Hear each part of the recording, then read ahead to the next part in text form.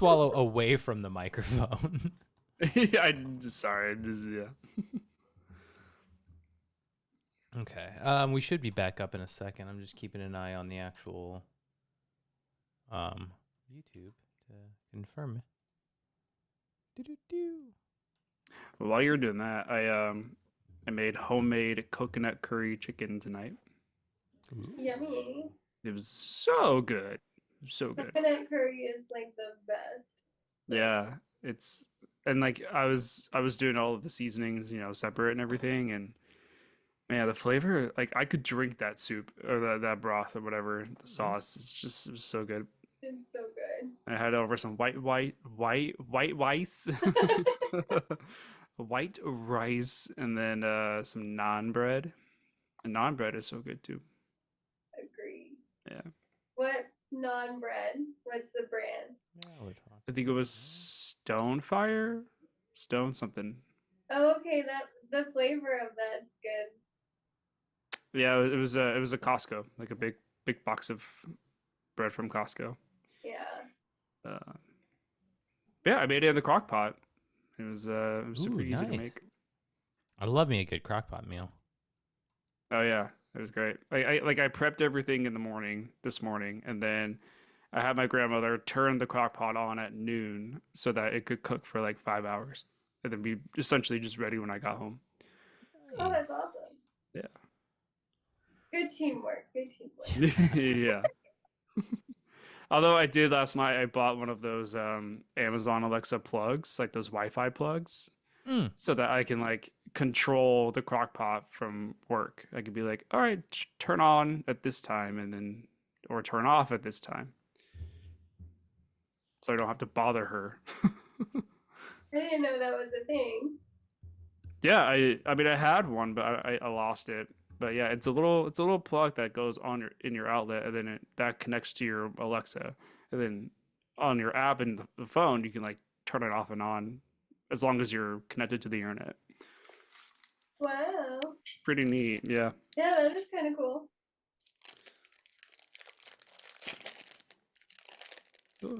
We Gucci, Matt? Yeah, we're good now. I'm seeing everything. We're back live. Everything's going. I'm gonna pause it. Well, I'm gonna keep it No, going. not so I are we see a good? Are we change. Gucci? We Gucci Mane. See what I did there? Gucci, man. All right. Well, with that in mind, with no further ado,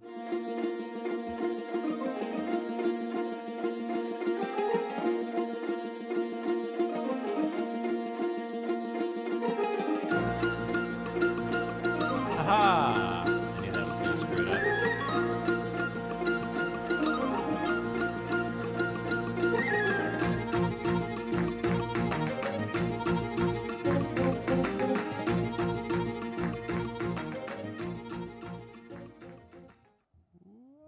Welcome to GoodFlickas, home of the GoodFlickas. Can you take our critiques? Let's find out as we dive into tonight's movie, The Other Guys. I am, of course, Matt, joined tonight by the one, the only, Jen and Kiwi. Gotta keep Kiwi there. She's just got a little appearance, like, hi, I'm here. Oh, she's meowing. She's hi. Oh, she's falling back asleep. That's it. She's made her entrance and exit. Yep. Yeah, folks. that's it. Said what I needed to say, and I'm done. Respect that. But well, actually, I didn't ask you, Jen, because you don't have the big bowl, and I always bring it up whenever I call you out. Have you already had dinner? Is it breakfast or not breakfast? Dinner, dessert time, or I had it. okay, It's been a really night. We had early. gotcha. So we're waiting for the sweet potatoes, is what I'm hearing. Maybe I might not. I think I'm having that just so I can like stay awake, and there's no point in staying. Go ahead, get the sweet potato fries for a snack. I feel it. Next up was a. All right. Well, with that in mind, Nick, we also have joined, aka as a soup kitchen tonight, which that's just gross. But you work with the cops, so. Are you eating an It's? What is that? I am eating and it's and it is the last it's it. So very sad about that. But I haven't had one of those in forever. the San Francisco tradition. San Francisco It tradition. says on the box that they were made in San Francisco. Interesting. I thought there Are they was. worth the hype? They're pretty good. I like the because they've got all the flavors. I assume this is the original, right? Yeah, it's just the like oatmeal cookies with vanilla on the inside and chocolate on the outside. Yeah. I like the coffee one. I don't know if it's like mocha or not, but I like the coffee one. They've got I can't remember if it's I think they have like a mint. I've seen the mint one. Yeah. Yeah, mint I think I've one's seen pretty that one good. too. Yeah. Those are pretty Do solid. they all have oatmeal cookies? I think they do. I think they all have oatmeal cookies. Probably. I'm just questioning yeah, it. they might. I'm pretty sure. Hmm. What's a killer for me is the Nestle ice cream sandwich with like the chocolate chip cookies on top and bottom, the Nestle one. Oh yeah. Oh, so good. I can eat those every day for the rest of my life. Yeah. Nice. That was always my ice cream truck go-to was those. That was your ice cream truck go to? Mm-hmm. Interesting. Okay. I'd change it up every time, but like my ice cream treat in that sense was always the strawberry shortcake. Mm. What'd you get, Jen? The Blizzard. The Blizzard? Yeah, the Oreo Blizzard. Oh, Or- From an ice cream truck? Yeah. they had Blizzards at an ice cream truck? Yeah. Ooh, fancy schmancy. Yeah. Man. I We thought just you- had like SpongeBob ice creams and Marvin the Martian popsicles. those and- awful popsicles with Oh, the yeah, those- gumball eyeballs that just hard Yeah. and flavorless. The eyeball would be like off center when you unwrap it. I love those because it was always look how awesome it appears on the pitch on the wrapper and everything, and when you open that thing, it's just like It's like doofy. Yeah, like, hello, I'm here. Yeah. it's a freaking Picasso or something, right? Where it's just like all twisted and mangled face. It's amazing. Yeah. All right. Well, all right. Maybe- Or snow cones. Snow cones are fun. Snow cones are good, but Mm. I don't know. Like I feel I like the play like if they give you good syrup, right? Where they just like they load you up with syrup on that thing to the point where it's basically leaking out of that crappy little cone that they give you, that paper cone. I'm like, yes, this is a good snow cone. Otherwise, I'm like, this is just ice. You ruined it. You're just giving me ice. It's fine. It's ice. Yeah, as soon as they pour the syrup, it goes straight to the bottom, and then you're just eating ice until you get to the good stuff. You guys are always hating on my dessert choices. We have opinions. You're allowed to like whatever you want, but we are allowed to make fun of it. Yeah. There's nothing wrong with the snow. I mean, we're talking ice cream, and you bring out snow cone. Like that's shaved ice and sugar water. That's the poor man's ice cream. It's what okay. You know when you go to like have you been to like a Chinese buffet kind of a deal, and they have the free ice cream machine? Mm-hmm. You guys know what I'm talking about? Like Chinese. Like the Chinese buffets. Nope. You've never been to a Chinese buffet?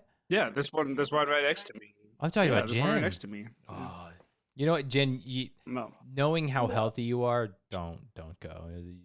You won't like it. It's too late for you now.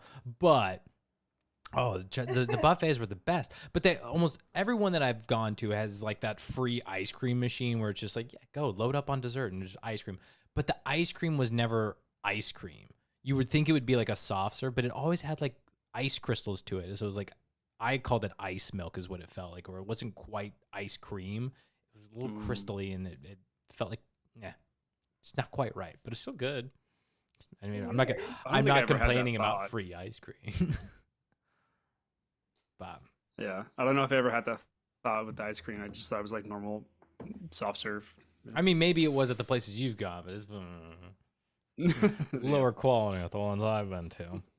But I mean, you don't go to a Chinese buffet for the ice cream, so. No. But all right. You go for the buffet. All right. Well, we are talking about the other guys tonight, and this was my pick. I guess to address it as well. We once again we do not have Brian with us. Hopefully, he will be joining us next week as he has returned from across the sea. Um, but it is the three of us tonight talking about The Other Guys, and this was my pick. I don't have a whole like crazy reason for why I picked this movie. Mostly it's been brought up a couple times in conversations, like at work with friends, that kind of a thing.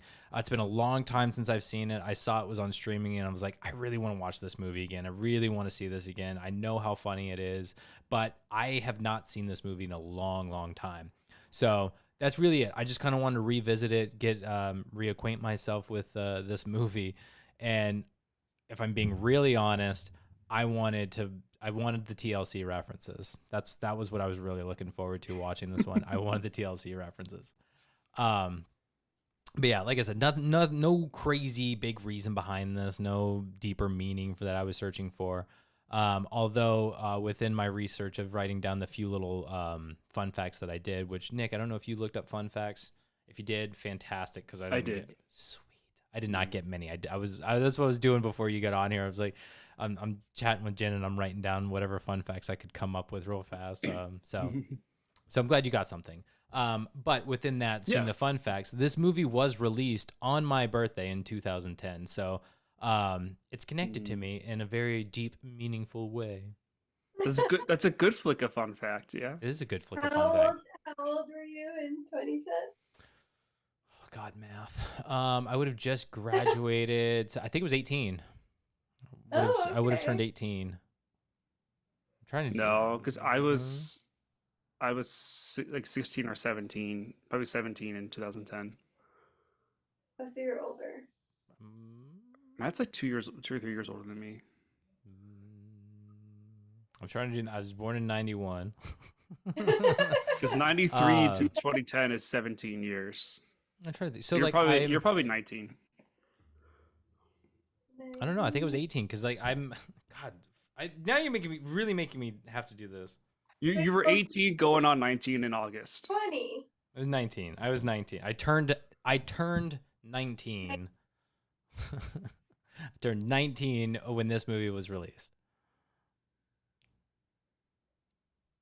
Gotcha. Yes. Turned Okay, 19. so you definitely saw it then. Oh, yeah. I don't think I saw it. I know I didn't see it in theaters. Because I 2010 I was in college at this point, and my freshman year was a blur of classes and alcohol. So I wasn't really going to the movie theaters too often. But yeah, yes, I was 19 when this movie came out. But that's my deep, meaningful reasons for why I picked this movie for Movie Club. And also needing to come up with something quick because we're all over the place with picks right now. We really are. Yeah. Well, hopefully we settle back in soon. But did anybody want to go first for initial thoughts and score? Yeah, I'll go. So The Other Guys, this is my second time watching this movie. First time I watched it was a couple months ago, surprisingly. And the first time I watched it, I was just browsing Netflix. I'm like, oh, Will Ferrell movie. All right, let's give it a shot. So I never even heard of it before this. Wow. And yeah. And so watching it the first time, I was like, all right, this is just a little funny, whatever. Kind of a silly movie. But man, watching it the second time, it just, I don't know. I started like thinking about the humor and the jokes and stuff, and this movie really did not age well. I don't think. This movie is very 2010, and like the humor around this time in comedy and even on like YouTube and stuff was very I perceive it as very like misogynistic humor, which we have mostly grown out of, I think. So maybe I just grew up a little bit and the humor just isn't funny to me anymore. But if I had seen this movie when I was 17 or 18, yeah, I'd be laughing my ass off. But I don't know. It's just, to me, it's just the humor being a little bit of a letdown. The characters just kind of, they're all right, but they're too aggressive. They're too not just like fun to watch and entertaining. Some haha moments, but for the most part, it just felt like some of the writing was just trying a little too hard. Um, the story is kind of meh, you know, it's very like basic and um, yeah, I like some of the gags, but overall, it's not the comedy that I would say is Will Ferrell's best. It's definitely on the lower end of the list for him, and especially because Will Ferrell like plays a very grounded, serious character, and which is not like him usually in movies. He's the ungrounded one. So uh, overall, I'm giving this one a 3.1 out of 5. It's watchable, but it's not really my kind of style these days anymore. So yeah, 3.1. Okay. All right. Jen, what you got? That's really funny. So, uh, I don't know if I have seen this movie before or not. As I was watching it, I was like, have I seen this? I don't know. Like, it's like some glimpses and it kind of looked familiar, but not. But then 2010, I was also in a drunken state of mind too, man. So, Hey man, college was who fun. knows? College was a good time. Who knows if we saw it? So my thoughts on So it's funny, Nick, that you're like, this isn't Will Ferrell's best, because I decided with this watch, I was like, you know what? I think I do actually like Will Ferrell movies, because for a long time I was like against him. I was like, you know, he's not really my cup of tea. But then the ones that we've picked on here, it's like it's not that bad. It's kind of funny. And this one like really had me going. I was laughing out loud a few times. It definitely is it's a different, I don't know, it's a different style. I mean, there are some parts where I'm like, all right, take it down a notch. That's too much. It's too loud and too long. But for the most part, I enjoyed it. I thought about watching it a second time, but I got distracted with Young Sheldon. So That's a good one. which I'm loving that show, but we won't talk about that. But overall, I'm gonna give this a 3.65. Like, what's the and in this? 3.659.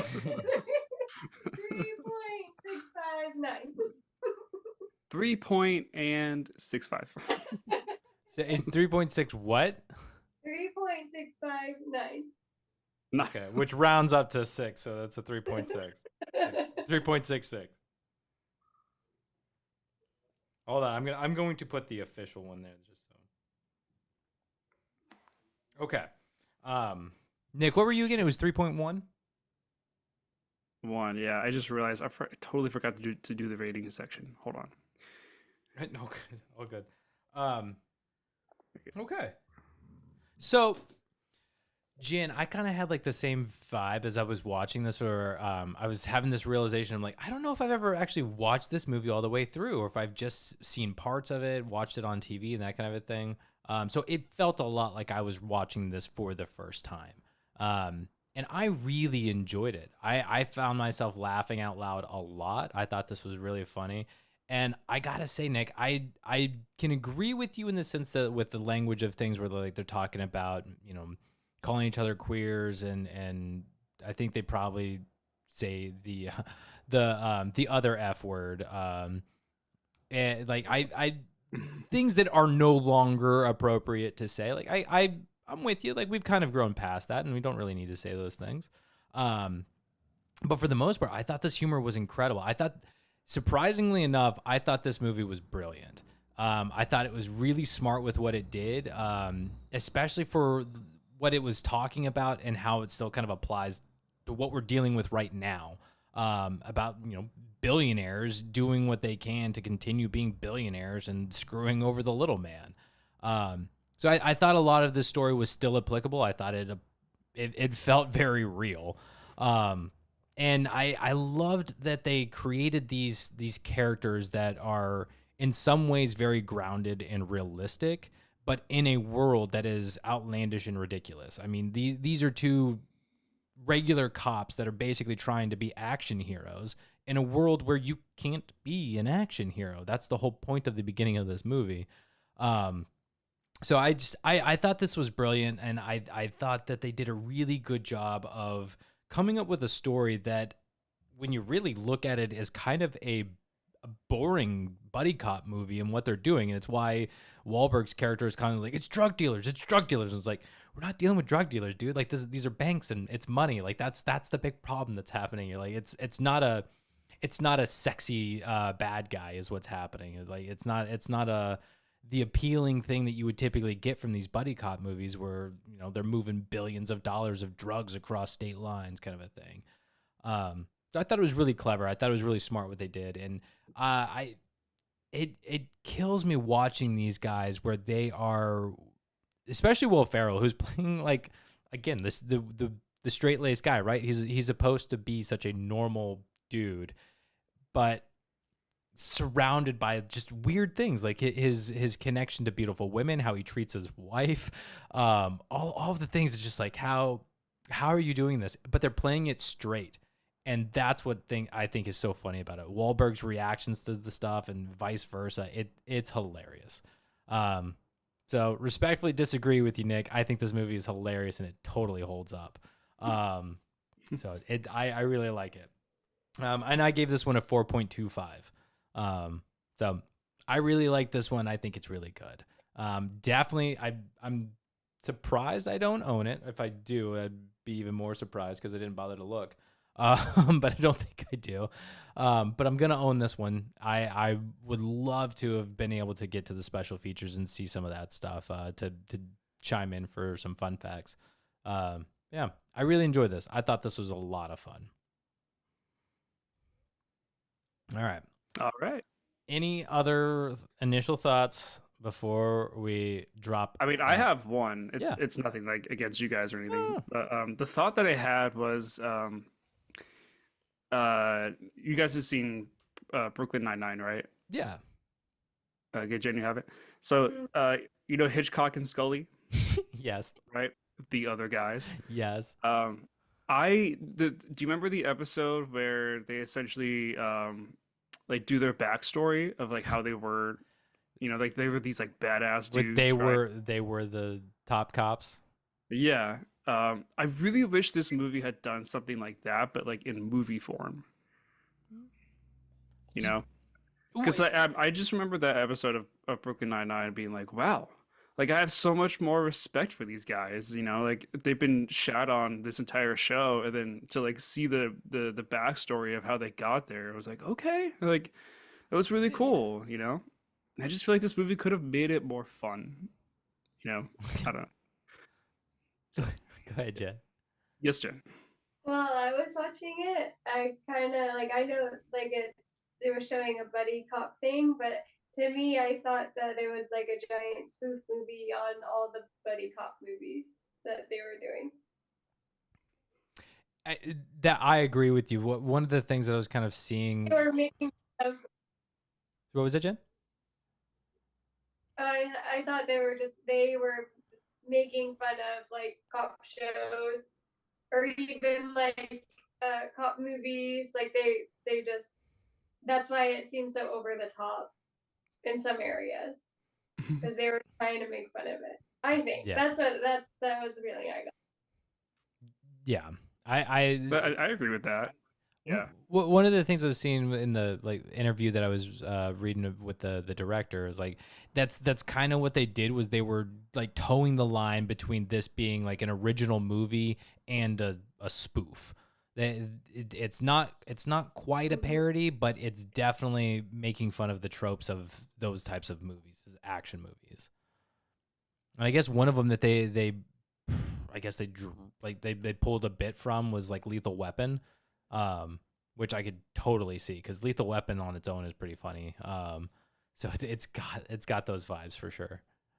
But I agree. I think this was meant to poke fun at a lot of those things that we typically see, and it works, in my opinion, Nicholas. When I had that, I was like, I don't think it's supposed to be like a serious buddy cop, because it kind of hit me at the scene where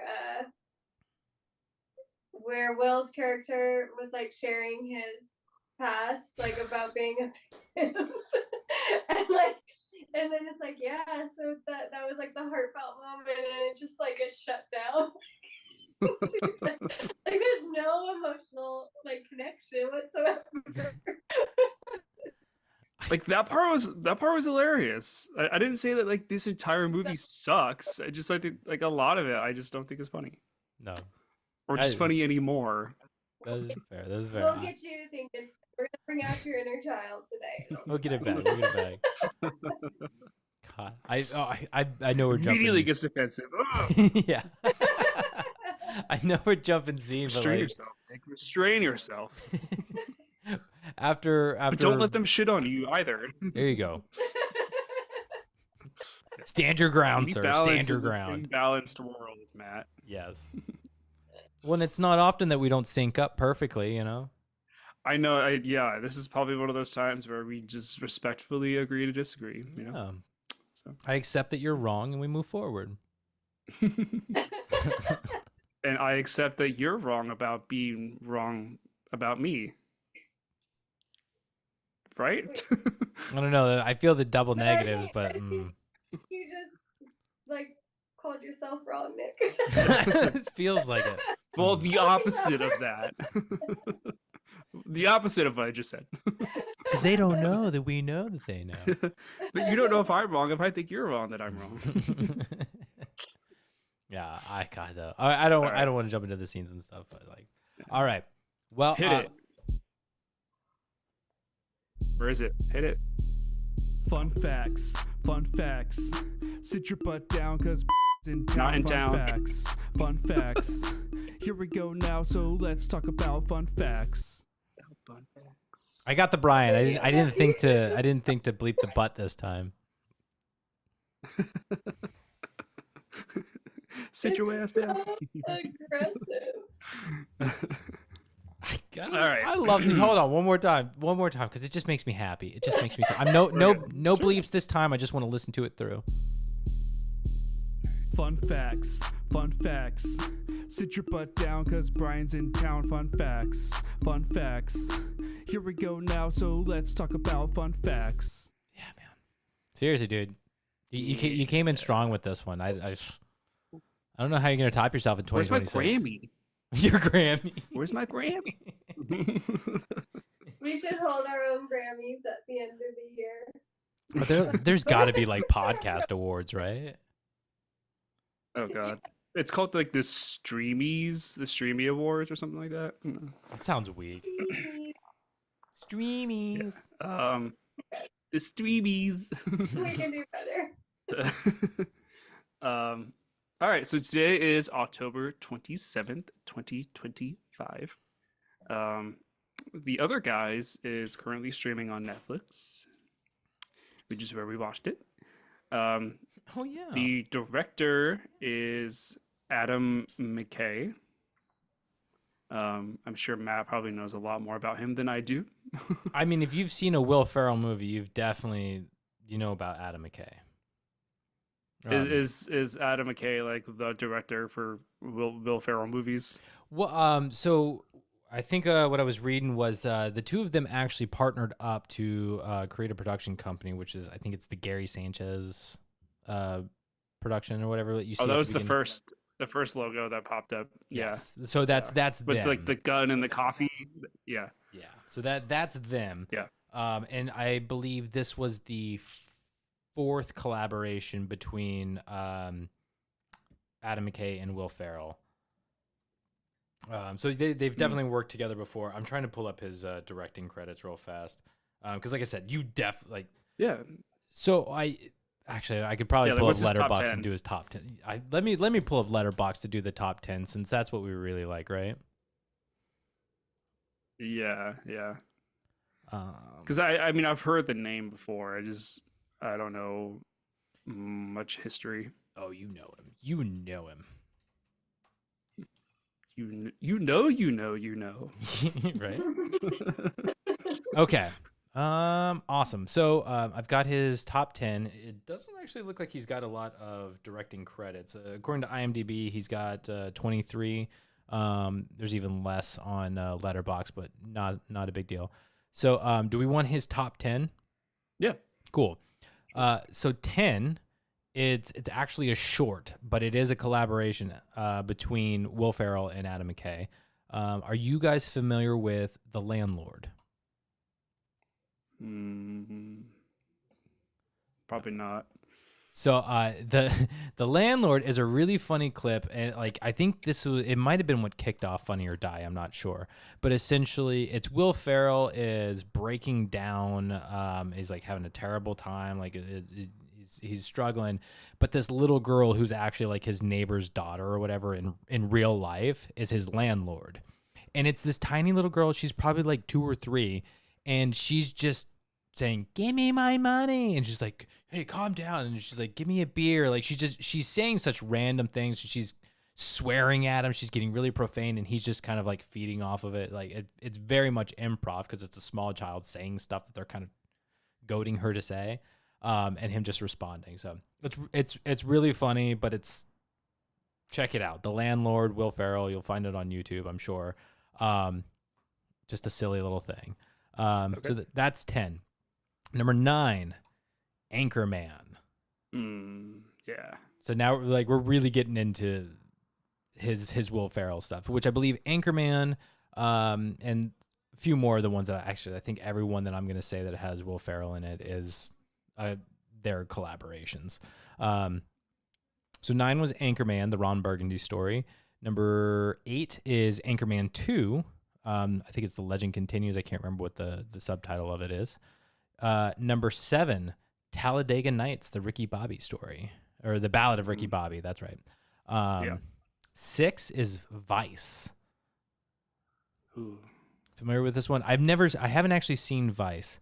But it's the story of Dick Cheney and an unassuming bureaucratic okay, dark comedy. I haven't seen this one. But Vice. Number 5 is The Other Guys. Oh, wait a minute. This is odd. Oh. I was incorrect. So number 9 is Wake Up Ron Burgundy, The Lost Movie. So I think that's another short or something. I'm not really sure. But that was number 9, because number 4 is Anchorman, the Ron Burgundy story, The Legend of Ron Burgundy. Yeah, I was like, Anchorman at number 9. That seemed a little high. Yeah, Wake Up Ron Burgundy, The Lost Movie. Okay. And so yes, so 4 was Anchorman, The Legend of Ron Burgundy. Number 3 is Step Brothers. Classic. Yes. So his top 2, I don't believe involve Will Ferrell, but number 1 we are definitely familiar with. So number 2 is The Big Short, which I can't remember what that was about. It's got Christian Bale. Who else is in this one? Christian Bale, Steve Carell, Ryan Gosling, Brad Pitt, Marissa Tomei. Tons of people. I've heard of it, but not seen it. Yeah, I haven't seen this one either, but I think it's another like financial thing. If I'm not mistaken. Wasn't that about the crash of '08? Like the stocks. It stuff. could be, which ironically enough, The Other Guys is also about the crash. Yeah. So he's got the comedy and he's got the more dramedy, I'm sure. I'm not but his number 1 movie we have watched, I would say, I think it was this year we watched this movie for Movie Club. It's on Netflix. I think it's a Netflix original technically. And it stars Jen's favorite leading man. Angelina Jolie is your favorite leading man? She could be. Yeah. I got excited. Okay, Leonardo DiCaprio. Yes, it stars Leonardo Is DiCaprio. it Don't Look Up? Don't Look Up. Don't Don't Look Look Up. Up. Yeah. Yeah. Don't Look Up is his number 1 movie. So yeah, this is his number 1 movie. It just came out. It came out what 2 That's years wild. ago? 3 years ago. 2021. These other movies came out like 20 years ago. Dang, that's crazy. Yeah. Hmm. He's got kind of a big gap. I think like I'm trying to look at the 2010 and then what's this next one? Ron Burgundy, I guess, and as the sequel to Ron Burgundy. It's crazy that Anchorman's number 4 and that's number 1. I mean, it's a comedy. I feel like it's tough. Well, we know that Brian has always kind of disagreed with these lists, so Yeah. He wouldn't agree. Yeah. So that is that's okay. That's the stuff that he's directed. He's written most of those screenplays as well. So Yeah, he's a writer too, right? Yes, he's written more things than he's directed. So he wrote the screenplay for Ant-Man. He wrote the story for Get Hard, Will Ferrell. Oh yeah, we did that one. Yeah. He wrote the story for The Campaign, Will Ferrell and Zach Galifianakis. Dude, what? There's so many Will Ferrell movies. It's crazy. Oh, Will Ferrell is all over the place. He's in everything. Yes. But yeah. So he's done some looks like some other writing and things for like Saturday Night Live. Yeah. Yeah. So Okay. writing and directing, and of course producing, but we don't want to go through all of that list. So yeah, Adam McKay. Yeah. Solid guy. Alright. I think he's pretty good, but I don't think he's got a style that I could pinpoint anymore.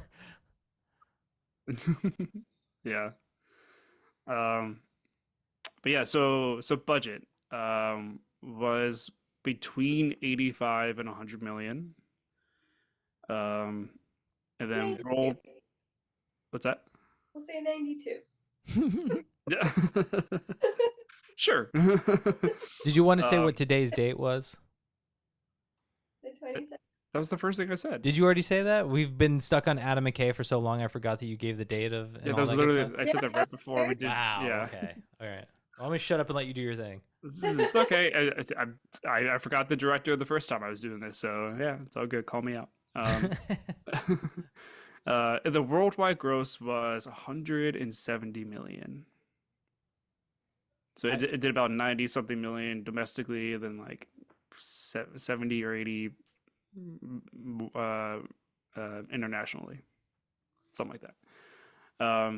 No awards, at least for no awards for awards. Oscars and Golden Globes.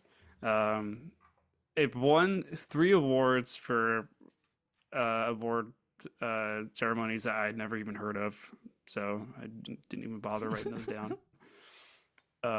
Were any of them the Saturn Awards? No. I mean, it was nominated for some Teen Choice Awards, but no wins. But outside of that, I didn't recognize any of them. Ratings, IMDb gives this one a 6.7 out of 10, so that would be a 3.35 out of 5. Letterboxd gave it a 3.3 out of 5. And then from Roger Ebert, there was no rating. Couldn't find anything on him. Okay. And then GoodFlickas, we are giving this one a 3.67. Yeah, we're pretty close, a little above average, but I'm okay with that. Yeah, there's right along the lines. Yeah, maybe slightly above, but whatever.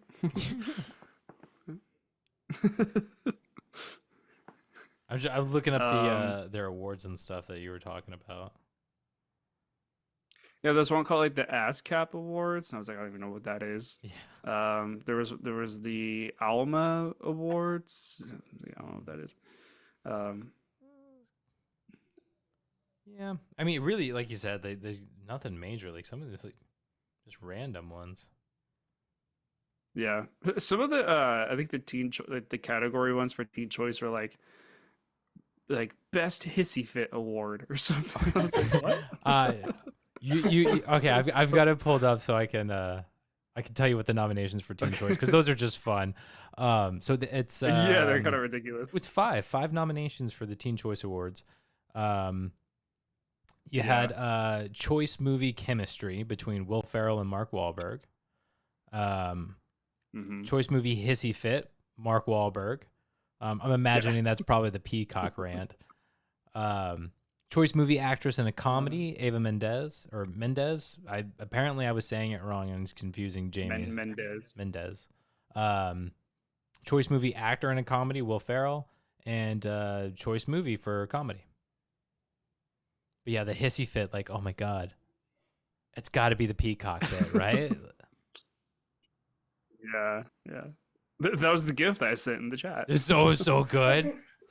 Yeah. Okay, So good. Man, Mark Wahlberg losing it in this right. movie with his hissy fits were just fantastic. Mm-hmm. It was almost like, because Will Ferrell is known as kind of like the man child, right? But in this movie, Wahlberg is more so the man child than than Will Ferrell. Yeah, he nails it. I feel speaking like of actors, sorry, go yeah, ahead. no, he did. Yeah, he did good. Will Ferrell, who is Alan Gamble. I was about to say the star of the show, but I was like, I don't know. I feel like Mark Wahlberg has equal screen presence. They're pretty even in this one. Yeah. So we have Mark Wahlberg, who plays Terry Hoyts.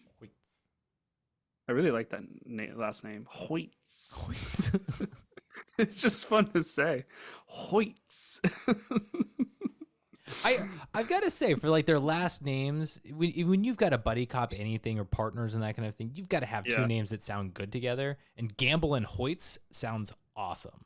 Yeah, like that. Those sound like great cop names. Mm-hmm. And then speaking of great cop names, we have the I can't say the one and only. The two one and onlys. In no particular order. We have Samuel L. Jackson, who is Highsmith. Very cool last name. Then we have Dwayne Johnson as Danson. Also a very cool last name. Unless I'm looking at his credit, his first name is Christopher. I'm like, it should be Ted. Ted. Nice. Yeah. So they have very short roles in this movie, which is interesting to me. Impactful though. I mean, literally.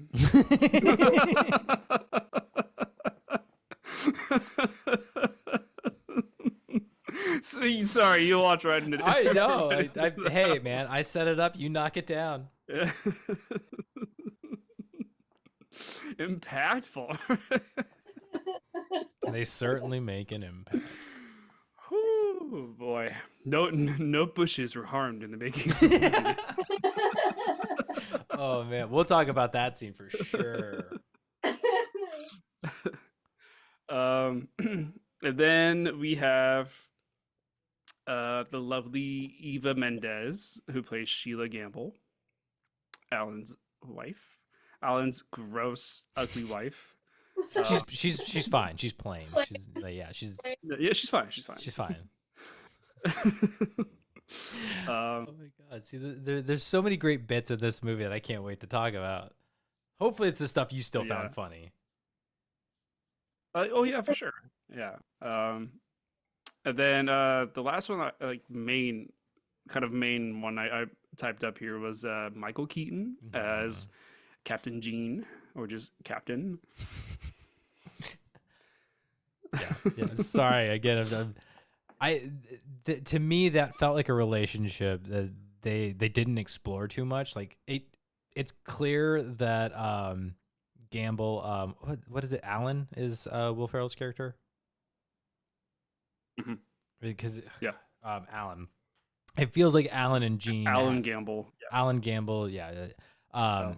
Like Gene and Alan definitely had like some sort of relationship in the past. Like they knew each other before either he made captain or Alan became detective, whatever it was. Like they clearly had some sort of relationship. Like why else would he just call him Gene? It's like it's captain. Like I kind of wish I knew what their relationship was like before. Because he's way too familiar. Just way too familiar. This movie would have been good with some flashbacks, I think. I agree. Yeah. I'm curious because there's apparently an so unrated those are version kind of the that's main longer. ones I brought up.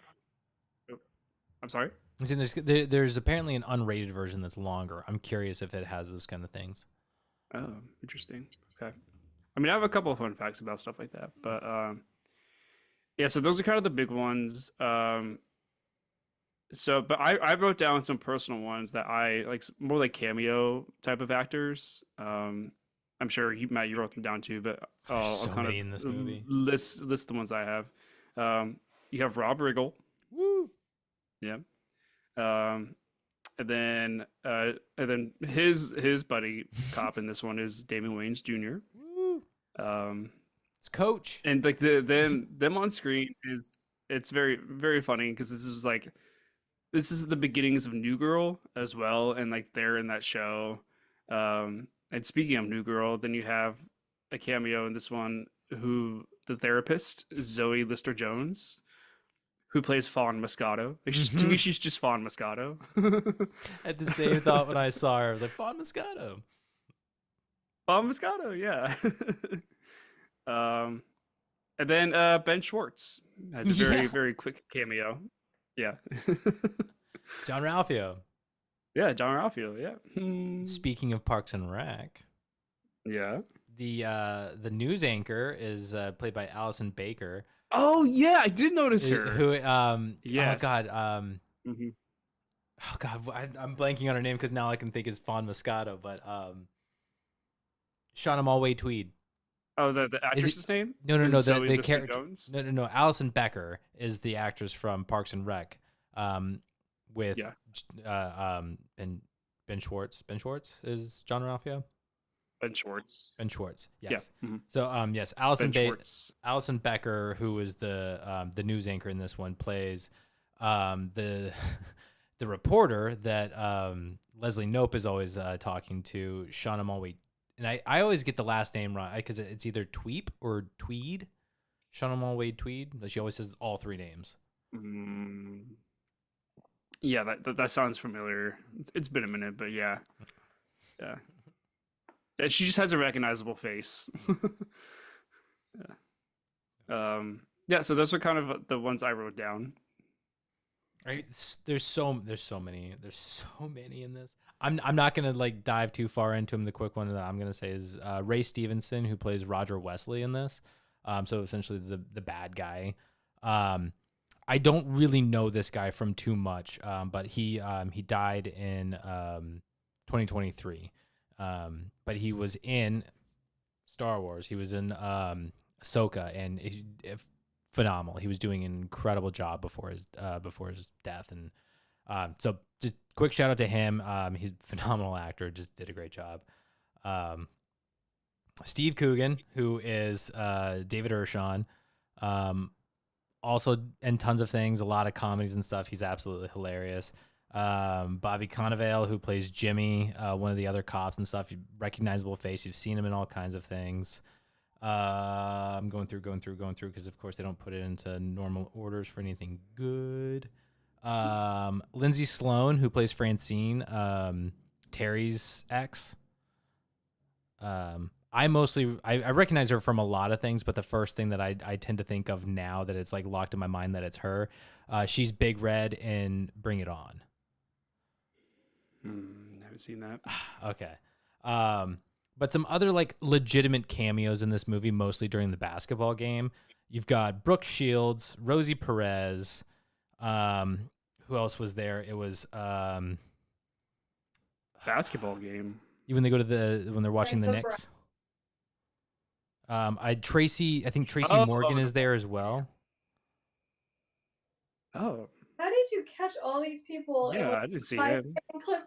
So there were so many people in this movie. I told you, like this, like as I was watching this, I'm like, oh my god. I recognized so many people, and they all have like just like tiny little bit roles.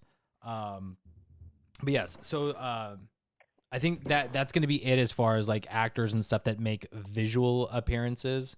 But the narrator, if you didn't catch it, is voiced uncredited by Ice-T. Yeah. When I see, yeah, I recognize his voice. when I heard him talk, I was Okay, so I thought- excited. Was it Jen?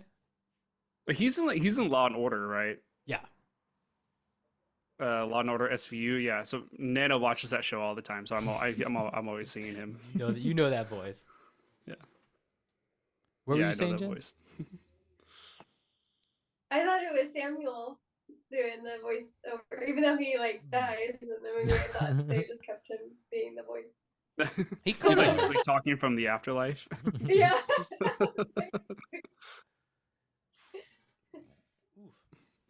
Yeah, no, when Alright. when the narrator first started, I was like Ice-T, and I got all excited. Immediately got into the cast on IMDb and had to scroll through to see it to confirm. I was like, that is Ice-T, like uncredited, but he's Weird there. that he's uncredited. Is that what you said? He was uncredited. Uncredited, yeah. That's strange. They do it for different reasons. I'm not sure why they didn't credit him, but I don't know. Is that the timer? It's time for you to talk about Yeah, other it things. was phone call. Do you need to answer it? No. My dad said that he was going to call me and he would leave me a message if I didn't answer. So, Okay. like, I talked to him last night. He said he would leave me a message. Okay. Yeah. Don't ignore your father. Yeah, that's it for the actors and stuff that I really wanted to list off. It just tons of famous people in this movie. For sure. Yeah. It was kind of like the Happy Gilmore of like buddy cop. The Happy Gilmore 2. Or yeah, I guess the Happy Gilmore too, yeah. All right. So, first fun fact. We've said a lot of fun Will facts Ferrell. at this point, okay? Yeah. So Will Ferrell and Mark Wahlberg were picked for this movie because of their genuine interactions with each other at an Italian restaurant with the director. So Adam just saw them, with their banter and talking and hanging out, and they just had good chemistry. And I guess the director just saw this as an opportunity of like, hey, let's make a duo film with you two, because I as far as I know, it doesn't seem like Wahlberg and Ferrell have not done a film before together. So yeah, Matt. Yeah, I do think this is their first collaboration. I believe that what you just said is the most accurate, but another thing that I was seeing for like what kind of inspired these two to come together was during some sort of award show where Will Ferrell was either presenting or doing something. Like he was doing a bit where he was insulting or making fun of a bunch of celebrities, and then he gets to Mark and he's just like uber polite. So he just like he completely flips the script and he's just like, so he's being like a total ass, and it's just like Mr. Wahlberg, blah blah blah, like just changes it up. I need to find the clip to see what he actually does, but I apparently that was another inspiration. Jen, you had your hand up. okay. Oh yeah, I was gonna ask, was this their first film together? But it answered it. Yeah. It was indeed. So the original working title, not like officially the original working title, but a title that McKay had thought of, Oh no. was calling this movie The B Team. Oh no. But due to possible lawsuits, he ultimately landed on The Other Guys. I think it was a good call. Essentially, what happened was McKay got a message. Like he got a message from somebody of like, "Hey, we're not gonna sue you or anything, but maybe don't call it that." So, Why bad about the? I mean, it's not as strong as the other guys, but what was so threatening about B Team? well, because it was supposed to be like a parody on the A Team. Yeah, and so it was probably like too close to home kind of thing. So What? So in 2010, the yeah, go ahead. A-Team movie was also released. it came out that year. Yeah. So if you think about it that way, it's like in the same year you would have had the A-Team released and the B-Team. Which actually, I'm trying to look up the A-Team's release date to see when that was. That should have, they really. I feel like that's a missed opportunity. That they really could have done that, like some really fun marketing with that. It could have been fun. Yeah. But- But so the A Team was released June 11th, so about 2 months before the other guys came out. So yeah. it would have been perfect timing for a parody movie called the B Team. Yeah. But Essentially like a diss track. yeah. Yeah, like a movie, like the movie version of diss tracks. um, so we kind of mentioned it before, but the TLC song reference gag was iffy on whether or not they wanted to keep it in the script. Because the story behind it was that they, in the writer's room, they like tend to come up with gags and improv and stuff, and sometimes when you're reading these just with the actors and the directors and stuff, like it could be funny in person, but will it translate on screen? So they were kind of iffy about, will these TLC song references be funny on screen or not? But they went with it, and I'm happy they did. Same. Yeah. It's so out of like left field, but it's still funny on their own. Like, yeah. For me, it's how they play it straight, right? Like the first time he references it, it's a casual. It kind of fits with the situation, and he's like, "Are you referencing?" He's like, "I don't know what that is." Like, Yeah. you kind of like write it off. It's not like a big belly laugh or anything like that. But you're like, Yeah. And then he does it again later, and he doubles down, and it's like, oh my god, this guy. Like, And I love that Will Ferrell's kind of calling him out with it too. It's not like a big belly laugh gag, but I think it's a solid one. It's what I think about if we're gonna go movie like memories. I'm jumping ahead. Well, the funny thing is that the first time that Gene says it, like I get the impression it's like, oh, like just something that he heard from somewhere, but like he truly doesn't know where it's from, but he heard it, and then it's like, oh, like that might apply to this kind of a situation, Yeah. But just so unaware. That's why I sent the reference. That's what makes it funny. That's why I. It's not the actual line itself. It's like the character's unawareness about it that makes it funny.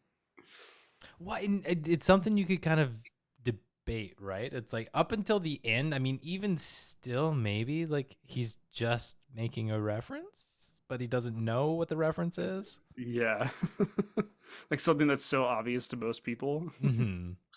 Yeah. Speaking of improv, the soup kitchen line was improvised.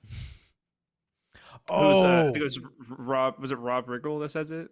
No, I forgot about that guy. God, he is fucking funny.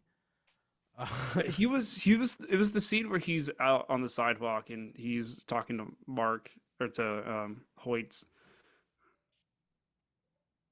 He's like, yeah, there was an orgy in there. It's after they recover his car.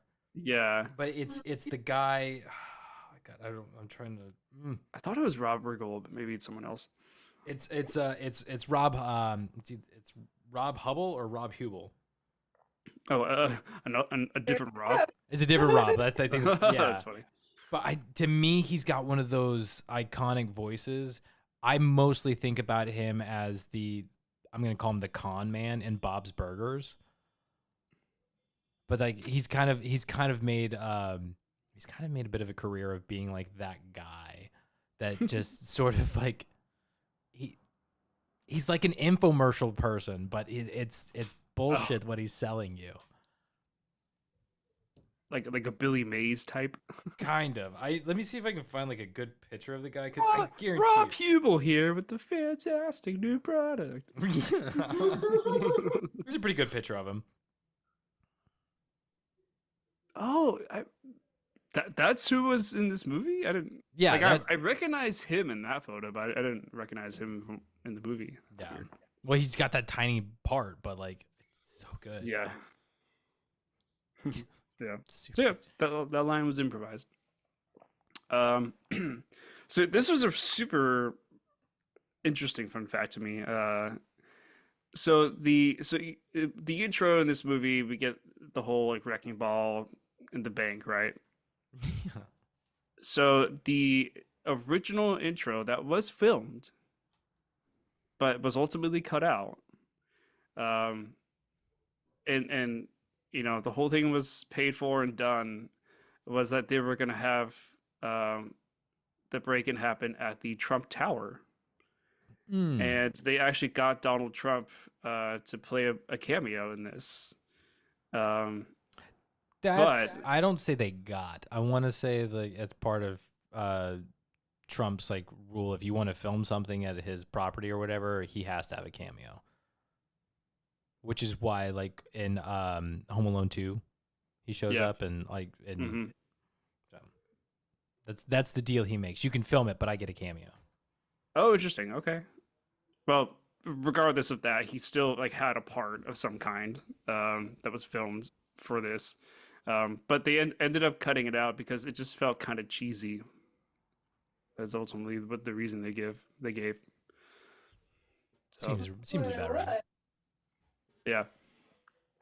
Um, and then last but not least, the lions and tuna scene was all improv. I knew it. So you're, random. you're like, people can't write that. Like I thought maybe Will Ferrell could, but no, he didn't even need to write it. My Especially when he was like, "You didn't see that coming, did you?" I was like, "No." that's my favorite part of that whole bit.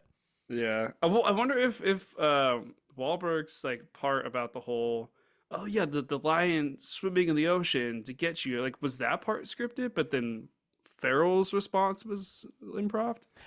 I Maybe. but I feel like it was him feeding off of him. Like they like I feel like Wahlberg said whatever his line was, and Farrell comes up with something, and he starts ranting a little bit. Wahlberg responds, and then Farrell comes in with the heat of the whole lion and tuna thing, and that's why he finishes it. It was like, how'd your argument turn out with that one, huh? Didn't work out too well, did it? Nope. Like, just to the cherry on top of like, you thought you could out improv me? No. Yeah, that's all improv is just trying to one up each other, right? Yeah. Yes, and Yes, and. Yes, and. Go ahead, Jen. Did you guys see after the credits? yes. Okay. Oh, I did not. Oh, the one time I actually didn't watch all the way through. Okay, well, I thought that the whole moose thing, I think that's improv too. I don't think it's scripted. Sorry, which one? The entire thing. Oh, at the end. Yeah. Yes, especially with how it ends. Like Yeah. they to spoil it, Nick. There's it's the scene of them in what was that? It's like a blooper. Yes. Hmm. They're back at the Chinese restaurant, and they're talking about their sense of humor, right? And Mark Wahlberg, Terry is telling him a joke, which it's kind of funny, but like it's also just a bad joke. He doesn't laugh or whatever, but I think Terry is like, get the bill and let's get out of here. And Farrell, like he improvs some not Chinese to basically call for the check, because the one line that he had, I think, was like Mandarin for thank you or something. And then they both break. They both start laughing. So it's like a scene that ends in a blooper.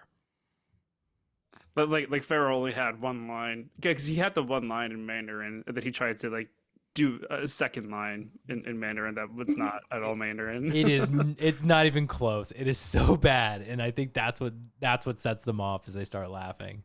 It's funny. Yeah, that's all the facts I've got. Wasn't a whole lot. I'm gonna call it three more. I've got three more fun facts. Okay. So for the role of Detective Highsmith, who is played by Samuel L. Jackson in this movie, it was originally written with Michael Chiklis in mind. However, when he was offered the part, he turned it down to avoid typecasting after he'd finished his work on The Shield. You guys familiar with Michael Chiklis? He, if I'm not mistaken, I want to say I'm going to be wrong, I'm sure. But I think he's the Thing in the Fantastic Four. Michael Chiklis? Michael Chiklis, yeah. Trying to pull him up real fast. Michael Chiklis. Ah, damn it. Yeah, I don't really recognize him. Did you pull him up? Yeah. He's played a cop or like adjacent to cop a lot of times. But yeah, so there's that one. And this next one is going to kind of feed into my last fact. So the director, Adam McKay, cameos as Dirty Mike, and the boys are other members of the crew, including, I think, the cinematographer and I think he's the props master. I'm not sure. But so Dirty Mike and the boys are essentially cameos of the production crew. Yeah, that's fun.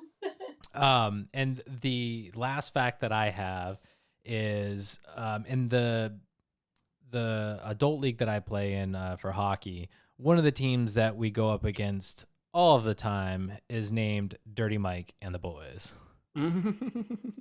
So that's a fun fact. I never caught that reference playing these guys. I watched the movie and Dirty Mike and the Boys came out and I was like, oh my God, yeah. there it is. There was a fun fact I read that I didn't write down, where the scene where Hoyts is what was it called, like intersection traffic controller of the month or whatever. Yeah.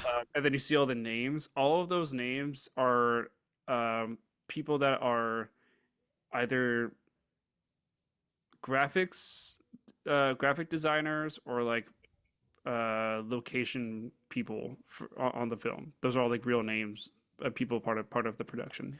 I love when they do that stuff. Yeah. Yeah. Yeah, it's kind of like credits within the movie, you know. Well, it's just fun. Like I feel like they do it a lot of the times with like billboards and ads and things like that you see in the background where they put like just parts of like names from the crew, and it's like a great little reference, and it's like you get to live on forever. Not only is my name listed in the credits, but like, hey, my name's in the movie. Mm-hmm. So it's a really cool thing. I love it when they do that stuff. Yeah. But that's it for me in fun facts. So. Anything? Memories. I've already said my memory. Ooh. Go ahead, Jen. Mine is there goes my hero. There goes what? There goes my hero. Oh. Yeah. Watch him as he flies. Yeah. What a perfect song. God, incredible. Yeah. The slow-mo, everything about it. It's so funny. You know what my favorite part about that whole scene is? They make the jump. The music is fantastic, but the camera angle of them just following them as they're going down, you can't tell how close they are to the ground, and then all of a sudden, splat. Yeah. It's like, oh shit. It's gotta be like the only like high jump off of a building that I actually didn't feel scared about, because I get so much anxiety watching stuff like that. Like even like the guy on the ledge I was like, oh God, why did they bring this? But for some reason, these two clowns just very enjoyable in comedy, and I think that takes an insane amount of I don't know, creativity to make it such a horrific thing funny. Like, you know, like that's impressive to me. So yeah, that's definitely the memory. I'm curious, did did you guys actually see any bushes nearby? Okay. That was So my I looked and I was like, where the fuck are these bushes they said they saw to aim for? They that knew what they were talking about. This part was kind of like a head scratcher, nitpick maybe, because I'm like, now you're just like kind of being dumb at this point. Like, like you're losing your credibility because you're telling me that you're gonna jump off of this roof for one thing. Like for you being hotshot detectives, always getting through the danger, right? Like you put yourself in this situation, and then for there not to be any bushes that you say to aim for, I'm like who wrote this? You know, like yes, the song is perfect. The slow motion is great. The splat is funny, but like, come on, the writing needs to be just a little bit better here. I don't know. I don't mind that there actually aren't any bushes because it leads me to, we see why these guys jump, right? Like they have the conversation, their cockiness and everything. Like we can do this. They're what 20 stories. They jump from 20 stories. Not gonna survive this. Come on, guys. Yeah. But the narration from Ice-T afterwards of like, you know, they still debate why they jumped kind of a thing, right? Yeah. Like it's still in debate. We get to see it play out as the audience and that kind of a thing. But the fact that they say something like aim for the bushes and then jump, and we see that there are clearly no bushes, it does kind of allow us that opportunity to kind of question, like, why did they jump? Were they tired of being the hero cops, the putting themselves in these situations constantly? Were they just tired of being these guys, and this is how they found their way out? Or are they just I don't- really that dumb? Are they just that dumb? They're that cocky. I just think that the story just needed a way for them to both die to move on. I thought it was brilliant though, but It's funny, but like it doesn't make sense. I don't You know, know? because like you said, Jen, I feel like their egos are so inflated that they feel untouchable. They are immortal. There's nothing that they can't do because they just keep doing it, and that's one of those things with this story, right? Like it's making fun of these action movies where they do these ridiculous things, like it's everyday stuff, and they acknowledge in this movie, it's like, that's not how this works. That's not how you do this. You caused millions of dollars in damage. They stole thousands of dollars, or what was it? No, they had like half an ounce of weed or something on them. Like, Yeah. is it worth it? And it's like, I don't know. You tell me. Like they just, these guys had such an ego about themselves that they felt untouchable. They believed they could not die. I'm just saying it's debatable. I'm not trying to convince you otherwise, Nick, because I'm with you. Like, I would have loved to have caught like just a glimpse of a leaf at the bottom of the thing of like, there were bushes there, or at least Like have trees that they think are bushes, and they like start hitting the branches as they fall down, and they're like, oh shit, this is not gonna save us. Splat. You know. I feel like that ruins the joke though. Like if we see them like crashing and burning and then die, because the way that it plays out, like I said, we can't tell how close to the ground they are until they hit. Yeah, it's like a weird green screen effect that they're trying to overlay, but yeah. Well, they keep that high camera angle as they're falling down, and it does zoom in. It's just the problem is that the depth of field, them just doing this over a green screen, like it doesn't give you that depth of field of like how far they actually are. Mm-hmm. Yeah. Yeah, it's so So funny. funny to But yeah, the there goes my heroes. That kills me. This song choice is definitely It's the best. perfect. me. Yeah. Great memory, Jen. Good memory. One of the first things I wrote down. My memory, and this one like truly just made me laugh because it's so funny to me. and Jen, you already mentioned this one too. It's Alan's pimp backstory. Like the fact how it all starts with I'm just helping out a friend, you know. And this woman's like it's just like a pretty basic white girl who's like, yeah, I just want to like make some money and to sleeping with this guy or whatever. Why? Sorry. Yeah, go for ahead. it. Yeah. It's the fact that he prefaces the story, like before we get into the actual flashback, he's talking about how his school raised tuition, and that's why she was coming up with this plan. It was like she needed to make some money, so she comes up with this idea that she's going to go on these dates with guys, but she needs somebody to kind of help her, make sure she gets the money. And he's like, oh yeah, and I can come up with a schedule so you don't get it's like, Yeah. he has no clue what he's signing up for, but yeah, like did she either? Did she not know what she was signing up for? I think she knew exactly what she was doing. Okay. But the other thing to remember is like he has no concept of what a beautiful woman is, because they all throw themselves at him. Like it's to him, they're just like, whatever, because he's never had to work to impress a gorgeous woman. They flock to him. So this beautiful girl who's basically asking him to be her pimp, he has no concept of that. He has no idea what's happening. He's like, oh yeah, she just needed help. This is just a girl. She's a friend. She needed help. It's like just a girl, whatever. She's going on dates. Like whatever. Like he's no clue. Oh god, though, this flashback is just amazing. And one of my favorite parts is during the montage. Like it just starts out with like just a gold chain, and then the next one he has like the tracksuit, and then the next one he has like the hat. It's just the like progression of him becoming a pimp. But he's got the grill at the end. Oh yeah, the grill. Roll. Oh, it was perfect. It was a really good gag, and yeah. So anytime he started referring to himself as Gator, Oh yeah. I lost it. Gator play no bull.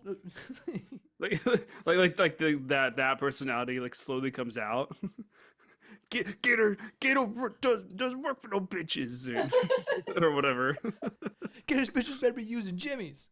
Oh my god, when he was yelling at his wife. Oh my god. Oh my god. Yeah. I wouldn't have minded a few more scenes with Gator. Yeah. Freaking good. But yeah, his pimp backstory definitely a good memory. Yeah. Which is weird to me. How did he become a cop with that as his work history? Well, that's what. Especially because he's so openly vocal about it.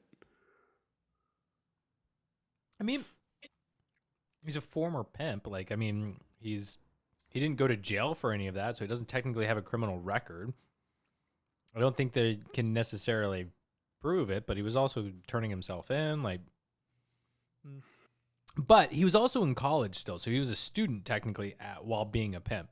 Yeah, but that wouldn't fly. Like if I went into work and told my sergeant like, hey, yeah, I used to have this history of pimping that I never told you guys about, I'm pretty sure some type of internal investigation would pop up, and I would be investigated, and yeah.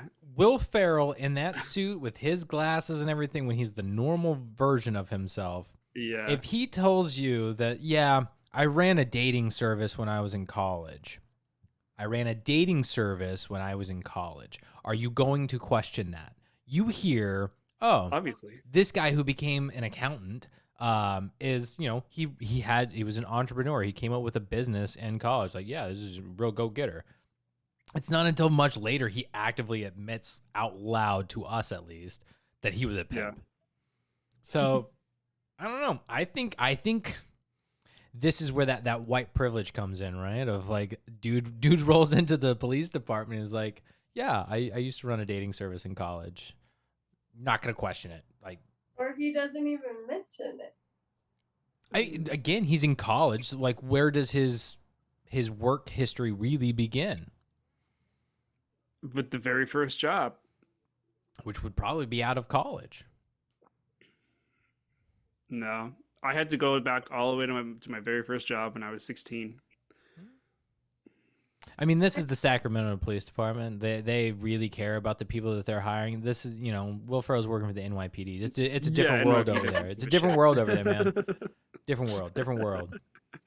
I don't know. I'm just saying, if I make a claim after the fact of getting hired of some kind of illegal activity, and nobody questions me, that's a huge red flag.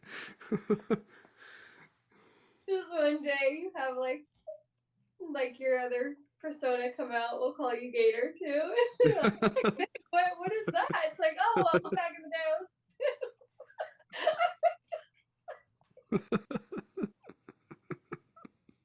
It's ridiculous. It's so dope. Mm-hmm. Have either of you seen the Reno 911 movie when they go to Miami? No, for very long. But you have seen it. Do you happen to remember? Because this is my main memory of that movie. They're in the pool because somebody has reported an alligator in the pool, and you've got like this Cajun dude who's like in the pool. He's slapping the gator, and he's like, "You gotta come in. You gotta be, you gotta be the alpha. You gotta challenge the gator." Like, well, where you from? You don't know gator. Like that whole where you from? You don't know gator. I'm waiting for that line to pop in every time Will Ferrell is referring to himself as Gator. Gator. That would be funny. I just waiting for some guy to pop in from out of frame and just be like, "Where you from? You don't know Gator," and disappears, and he just keeps going. Like that's all I wanted. All right, Matt, you got a memory? Other than the TLC references. That's your number one. Okay. Like I said, that was the thing I was looking forward to the most when watching this one. I was like, I'm watching this for the TLC references. I want that to happen. So I was a little disappointed when like the first one happens damn near halfway through the movie. I'm like, I really wanted more Captain Gene in this movie. But yeah, I think the TLC reference is probably like my main memory, other than the aim for the bushes. Although, okay, another good memory I think for me is it's when Terry is meeting Sheila for the first time. Oh yeah. I was thinking about this too. Mm-hmm. The entire interaction, just Mark Wahlberg that entire time, anytime Sheila's on screen and he's talking to her, he's reacting. He turns into a toddler with a crush. Like he goes from like a hard ass, right? Like this hardened cop, right? To like the softest, like just hi, pretty lady. No, don't let him be mean to you. Like she treat you with like he's just he becomes a small child. He becomes a small boy, just in love with this woman. And bye Sheila. Yeah. Night Terry. Bye Sheila. Night Terry. Bye Sheila. Like that was the cherry on the top. It was so good. Yeah. Terry and Sheila was just fantastic. It made me laugh every time she came up, and his personality just changed. Well, I mean, yeah, Hoyt is the man child in this one, so I could definitely see that for sure. Was this also the same scene when they're sitting at the dinner table and Alan's like, oh, God, why didn't you dress better today? Or like, why do you look ugly? You come in dressed like a hobo. Yeah. Yeah, just like a hobo. Yeah, like she's like decked to the nines. She looks great. When you get there, I mean, I think you look great. Eva freaking Mendes. Like, what are you doing? And again, the way that they're playing all this stuff, like Will Ferrell is hitting all of those insults, all of the meaning stuff towards her with like such sincerity. It's not over the top, it's not aggressive or anything, but like he's just saying, it's like, you come in here dressed like a hobo, it's distracting, we're trying to do work, like he's saying that, and she is reacting so perfectly of just like, oh, and you're right, I'm so sorry, I know you're working, I don't mean to interrupt, but, like she just that the back like and she's forth. A saint. Oh my God, she's amazing. But like, yes, his the way he treats her, the way she responds, I love their chemistry. It's fantastic. But the trio together, where it's just the cycle of Alan being an ass, Sheila being a saint, and Terry being a freaking child is just incredible. It's so funny to watch it all take place. Mm-hmm. Yeah, the part when she's like, I'm pregnant. Like she's like super excited about saying that she's pregnant. I can't remember what Alan's response was. Do you remember what he says? That's when He turns into Gator. Yeah, he turns into Gator, saying like, "My bitch or Gator's bitches wear Jimmys" or something like that. Oh yeah. To like that implying that she didn't wear a Jimmy, or the guy didn't wear a Jimmy. Whoever Who did this to you? Yeah, like Yeah. who got yeah. Didn't even acknowledge that. It was Gator's bitches always wear Jimmys. Oh my god. so bad. And then her 180 from like, I am pregnant to get out. You should leave. Yeah, I was- And then she like turns to the table all serious. Like I was like, holy shit, what is this relationship? Ugh. Oh man. The grandma scene made me so uncomfortable. You talk about their relationship. Oh my god, this is, I hated that. I hated everything. I did not like that either. I was like, we can just not have this in the movie. Maybe one walk across the street was all we needed, but it just went on too long. Yeah, agree. Yeah. I thought I expected it to be her the whole time. But the fact that it was the grandma, I was like, oh dear Lord. Though I will say, I like that the grandma was like, I really don't want to say this. like that part was kind of funny, but I don't blame her. Like that was so uncomfortable to watch. yeah. No, I felt so bad for her. Poor Nana. That part was unnecessary. It should have been an hour and a half movie. You know, I had that thought too. I was like, they probably could have cut out like 15 minutes of this. Yeah. Yeah. I don't want to say that. I do think that scene probably could have been shortened. Like she walks over, she says what Sheila has to say to him, and then she goes back to Sheila and tells him what Alan had said. And she's doing the whole like, I don't want to do this. Like, she's like, leave it there. Send Ava Mendez over there and her and the old lady outfit and play the scene out. Like, I understand why they did the back and forth, but it becomes a bit ridiculous to me in the sense that like they're being watched. Yeah, And like, that's what I was it's about to say. it's not odd that an old lady keeps walking across the street. Like, it's just the To, old like, lady. Oh, it's deliver just the a old message, right? Well, it's like she's walking back and forth. If anything, maybe cut to inside that car and was like, God, this old lady's senile or something. Like, acknowledge the fact that it's weird that she's going back and forth, but like back and forth. It's like that's a red flag, guys. Like, you're not being discreet anymore. Yeah, I think they were the writers would carry more about the gag of like one-upping what she needs to say each time versus the seriousness of what's actually going on for that to like make sense. Yeah. It felt more like an SNL skit at that point. For sure, yeah. I feel like a lot of parts of these movies just feel like isolated SNL skits. Yeah. Are we freeballing now? Oh, Just- yeah. Yeah. We got that tingling in our balls, or what is it? Whatever they say. That feeling in your balls when you had to solve a crime or whatever it was. I got a lot of quotes. Oh, I have a scene. Yeah, go ahead. Desk pop. Desk. Oh my God. Hey, Terry, I did my first desk pop. I'm like, in what world? He's so proud. In what world is this even like? Okay, come on, Alan, you know better. And he did. That was probably the worst part. But he still acted on it. Like he still got pressured into doing it. They were so convincing. Ugh. The cops in it are not very smart, guys. We learned that with the first two. Like, when there is a thrill, they're taking it. Oh my Life god. or death. But I'm just like, what? Like every cop would know that discharging your firearm in an office setting is a no-no. Like no matter what the situation calls for, unless if it's somebody trying to kill you. But other than that,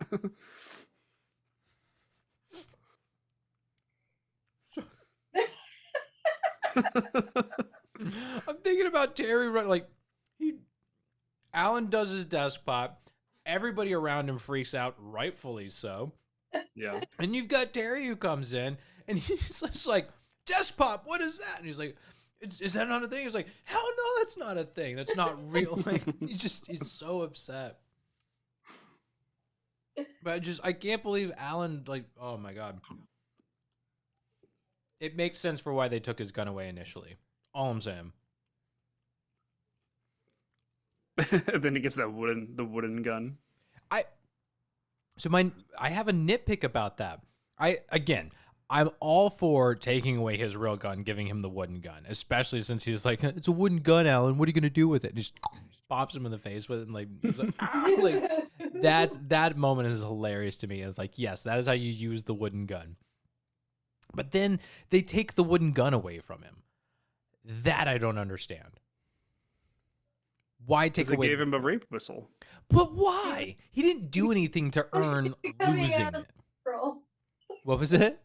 He's becoming out of control. I mean, they get kidnapped again and they end up in Vegas. But like, I don't think that justifies him losing the wooden gun. I think it was literally just for the gag of, okay, what's the next like least weapon thing that we can give you? A whistle. Like Here's a rape whistle. You blow it, and somebody with a gun will come.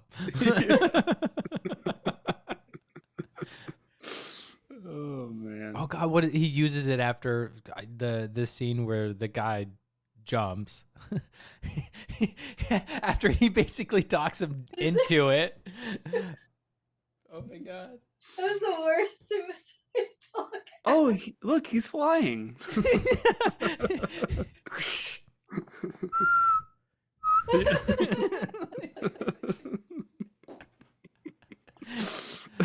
Oh man, some of these gags were good.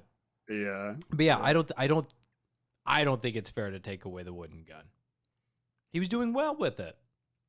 I don't think he was doing anything with it. He popped Terry in the nose. Well, that's probably why he got to take it away, because he assaulted one of his own. That's just being a good partner. Yeah. He deserved it. He threw away his FBI mug. That's true.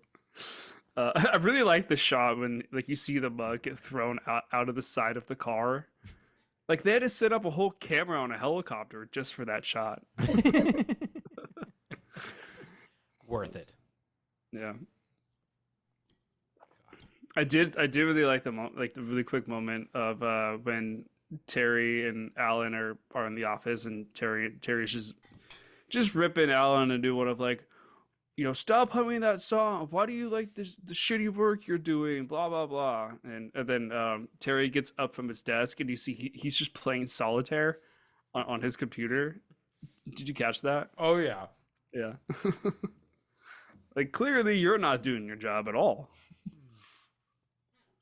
I do think Terry's rants were the best. When he get upset and start just like screaming stuff. His best line, because it was the first quote that I wrote down. You can't keep me cooped up in here. I'm a peacock. You gotta let me fly.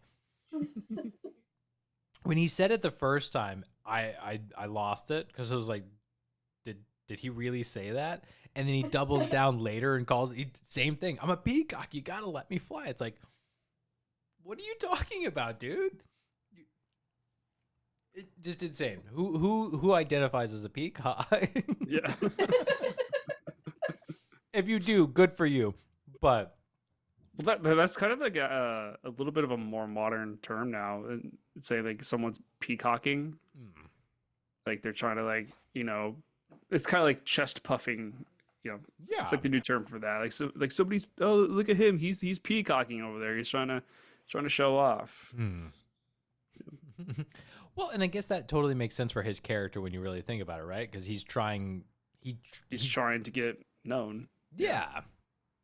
Oh my god. Yeah. He's talented as hell, though.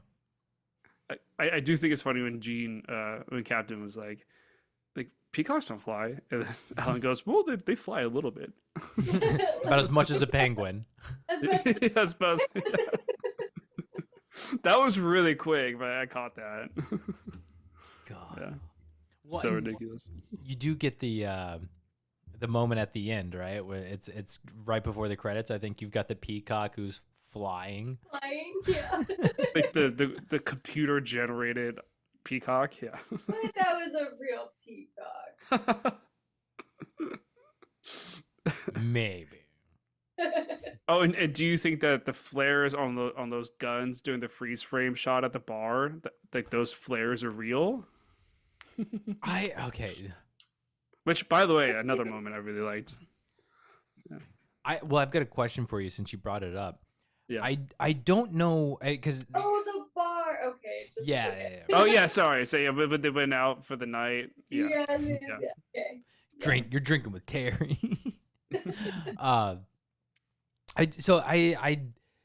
Nick, this is a question specifically for you.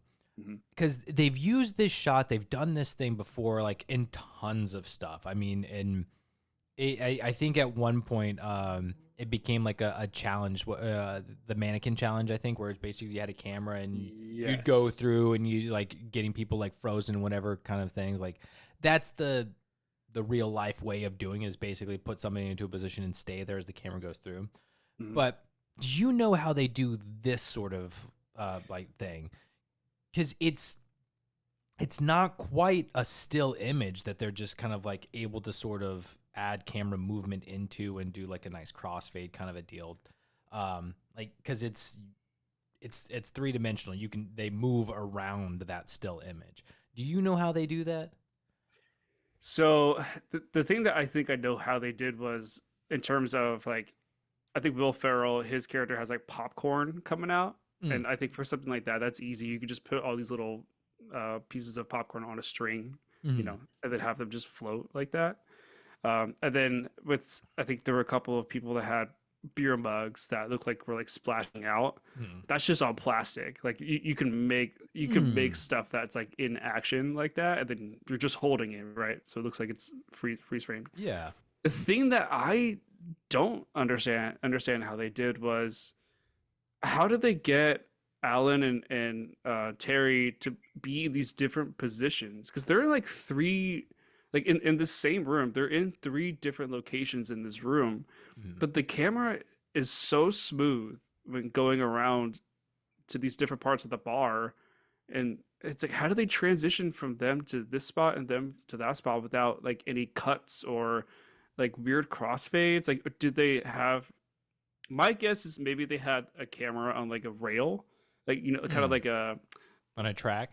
Yeah, like a track, like a roller coaster, like a tiny roller coaster kind of a track, and then they just maybe did that like several takes with them in the different locations, so that the camera was always in the exact same spot every time, and then they really did just cut them, like cut the clips. Just right when the next, like the second part happens, and then when the third part happens, and then maybe they did a little bit of crossfading to like clean up like some hard edges. Well, I was trying to pay attention too, because I don't think they have any like natural wipes where like the camera goes behind somebody or something, and it's like it's technically like blacked out for a second where it's passing behind something. I don't remember seeing any of that, so they would likely have to do something along those lines, right? Of like putting it onto a track so that you're getting the same shot every time. Yeah. And then just like you said, just kind of overlaying those scenes together to where it's like, okay, we hit that part, then we get to this spot, get them there, boom, we keep going, and like get that. And then just do your match cuts, like Yeah. right before and after when they're in the different locations. Yeah. Otherwise, I don't know how you would do that. I thought they were wax figures, except for the very last one. It well, I like because as they go through, like you can see the night progressing. So they start like they're losing more and more clothing, and then I think by the end you've got the barkeep or whoever is like on the phone who's likely calling the cops because they're behind the bar doing stuff. And the last shot you see is them at the pool table and Terry showing his badge of like, we are the cops kind of a vibe. Yeah. It's like, oh dear God. Yeah. I feel like Really I cool feel like shot. doing like, a lot. It's so cool how they do that. So I really wish like I fully understood how they did it. But Jen, I feel like if they were to do like wax figures or something, that'd just be really expensive. But Yeah. I'd be impressed if they had like some solid wax figures like that. I think the props were wax figures. I wasn't thinking about it that way, but you're probably right. Like even like this, like the spilling beer and all of those things, like it probably is just a prop that's just frozen to look like that. Like that's how they made it. So I've seen like on Amazon like stuff like that. Oh, I've got a scene. Yeah. So right after I don't remember their names. Was it Highsmith? What was it? Highsmith and Danson. Highsmith and Danson. After they jump and we're at their funeral, the whisper fight. That was killing me. These guys in the corner whispering as they're fighting. They're on the ground and they're circling these guys up and kind of protecting it as it's happening so nobody sees it. And they're still like, I'm gonna kill you. I'm just like yelling but whispering. It was so freaking funny to watch. And what I think Rob Riggle loses the fight, but at the end he's like, you saw I won that fight, right? You saw him give up, like it's they're still talking shit, but they're whispering the entire time. And Captain rolls up and he's whisper yelling at him. It's like so funny. Yeah. I think that was one of those ones where like it was funny the first time I watched it, but then when I saw it again, I was like, oh, okay, no, it's just kind of silly. Yeah. It's definitely silly. Yeah. Although it did remind me, I don't know if this is a really a stretch, but it did remind me of the scene from Friends when they're watching the football game or listening to the football game during the funeral and like all the guys are huddled up. I think it was Ross and Monica's dad who had like the game on radio or something. It was Joey. Was it Joey? Oh, and then Ross's dad goes up to him first. Yeah. And then you see like all the guys hold it up. it just reminded me of that for some reason. Yeah. Sorry, now you got me thinking about that scene and like they all make way too much noise and dad turns away and is like, oh, now I'm really depressed. Yeah. Yeah. Bad timing, dad. Yeah. So good. Yeah. Ooh, I have a scene that just really grinding my gears. Yeah. Yeah. I mean, if you guys want to talk about the Prius, you could talk about that. But if okay, where are you going with this? Well, the scene specifically is when Terry and Alan are driving to the crime scene, and they drive right through it, like going over the body, and they get cocaine all over their windows, and the best line I think is from David Wayne's. He's like, "Man, it looks like Scarface sneezed on your car." Yeah. Like so ridiculous. Like all I could do was laugh, but also kind of cringe a little bit. Like, okay, this movie is really not taking buddy cop seriously at all. Did you scream America before stepping on the pedal?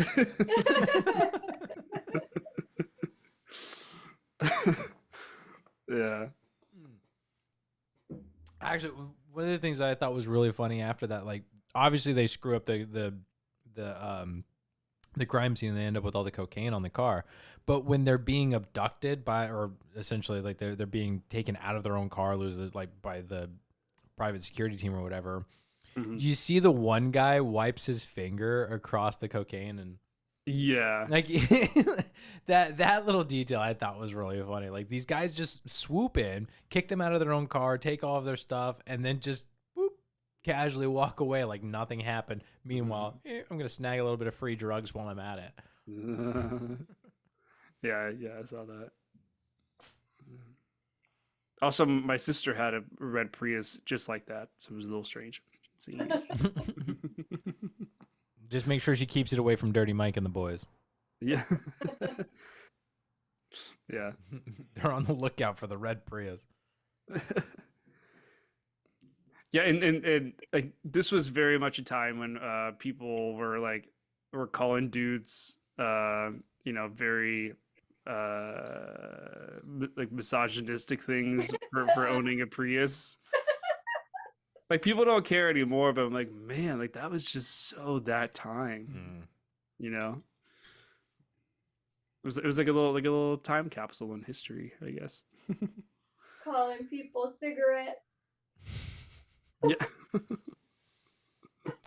Well said, Jen. I did like how outside of those specific insults, I did think it was funny how Terry was insulting him with like different things. It's like even your farts aren't manly, your farts are feminine. Like those kind of comments of like what is he had one line where it was like I think he says like even piss feminine, like the sound of your pee hitting the water sounds feminine or something like that. Like all of these things that he was saying that just like, dude, you were coming in with so much heat. Yeah. But but that was the humor back then. It just like that type of stuff was popular, you know. To be fair though, well, to be fair, you've got Terry who is representing that side of men, right? Like the manly man, you got to be this way. And then you've got Alan, who's kind of the butt of all of those jokes from everybody. Like the entire precinct is giving him shit for being feminine. And he's like, no, I'm standing up for myself. I'm confident in who I am. Like, it's kind of like, it's almost making fun of the people who are constantly calling people like feminine or gay or just insulting them for being less manly. And showing you that, like, no, stand up for yourself. Like, be proud of who you are. Screw these guys. Like, you don't have to live up to whatever their expectation of what a man is supposed to be. Be confident in who you are and fuck those guys. So I did like that about Alan's character where he stands up to him constantly. And he's like, you're now asking me to not, like, to mask my emotions for your comfort. And I'm not going to do that. I love So well, I can agree that there's a lot of those jokes that are probably inappropriate and will be insensitive to certain groups. You've got Alan who's standing up for himself and not taking it and being, like, no, I got this. I'm comfortable and confident in who I am. Until Gator comes out, in which case it's like, oh, we let too much. That's a whole nother ball game. Yeah. So this was kind of just personally my biggest drawback with this movie is, like I said, 15 years ago, I was more on the side of like Mark Wahlberg's character and the other guys in the precinct and everything, of just being unhinged and making like these types of jokes and stuff. But it's like now that I'm older, I'm trying to get away from that. And so seeing Will Ferrell's character, like you said, it's much more admirable. It's Alan has very high emotional maturity, whereas the rest of the guys, they're very emotionally insecure. So they make these kinds of jokes to make themselves feel better, right? But Alan's not taking their shit because he's a well-rounded, emotionally grounded guy. And like just as I get older, that's kind of what I'm trying to strive for. Like I don't want to be an emotionally insecure dick my whole life like I was back then, you know? Like we got to grow at some point. And so it's like those were the types of jokes where like I wasn't offended by them, but I was like, wow, it's just so immature. Like Mm. I don't know. I personally just get to a point where like, okay, I'm trying to grow up, Yeah. you know. But like the previous stuff that we've been talking about, like that kind of stuff it's not really like poking fun at people. It's just kind of situations that people get into that are funny. Whereas a lot of Terry's, you know, rants and his unhinged like comments and stuff are like personally trying to like get at somebody. And like I just don't find that kind of stuff funny. But I don't know. That's just kind of my view on it. So I kind of want to keep this conversation going just a little Yeah, bit sorry, longer. I kind of made a word salad. No, no, no, just no. saying a lot of stuff, but No, because when you think about Terry's character, Mhm. he makes it very clear that like he's done this his entire life, right? He learns ballet. He learns there's something else that he learned. Like he learns these things ironically to like make fun of Mm. the queer kids, right? Like to make fun of them. And it's like you were really good at this. Like when he does the ballet, right? And he just freaking nails it, right? And she's like, "Wow, that was really impressive." Like if he were just more confident in doing those things rather than feeling like emasculated for being a dancer to whatever degree, like you would be more confident in yourself. You wouldn't have to demean or lower people because like the partner or whatever is like yelling at that guy and everything. But my theory, because we've got Alan, who throughout this entire movie is constantly having beautiful women essentially throw themselves at him. The reason that they do that is because he is emotionally mature. He is confident in who he is. And because he kind of like exudes that confidence, it draws those beautiful women in. They are drawn to that confidence.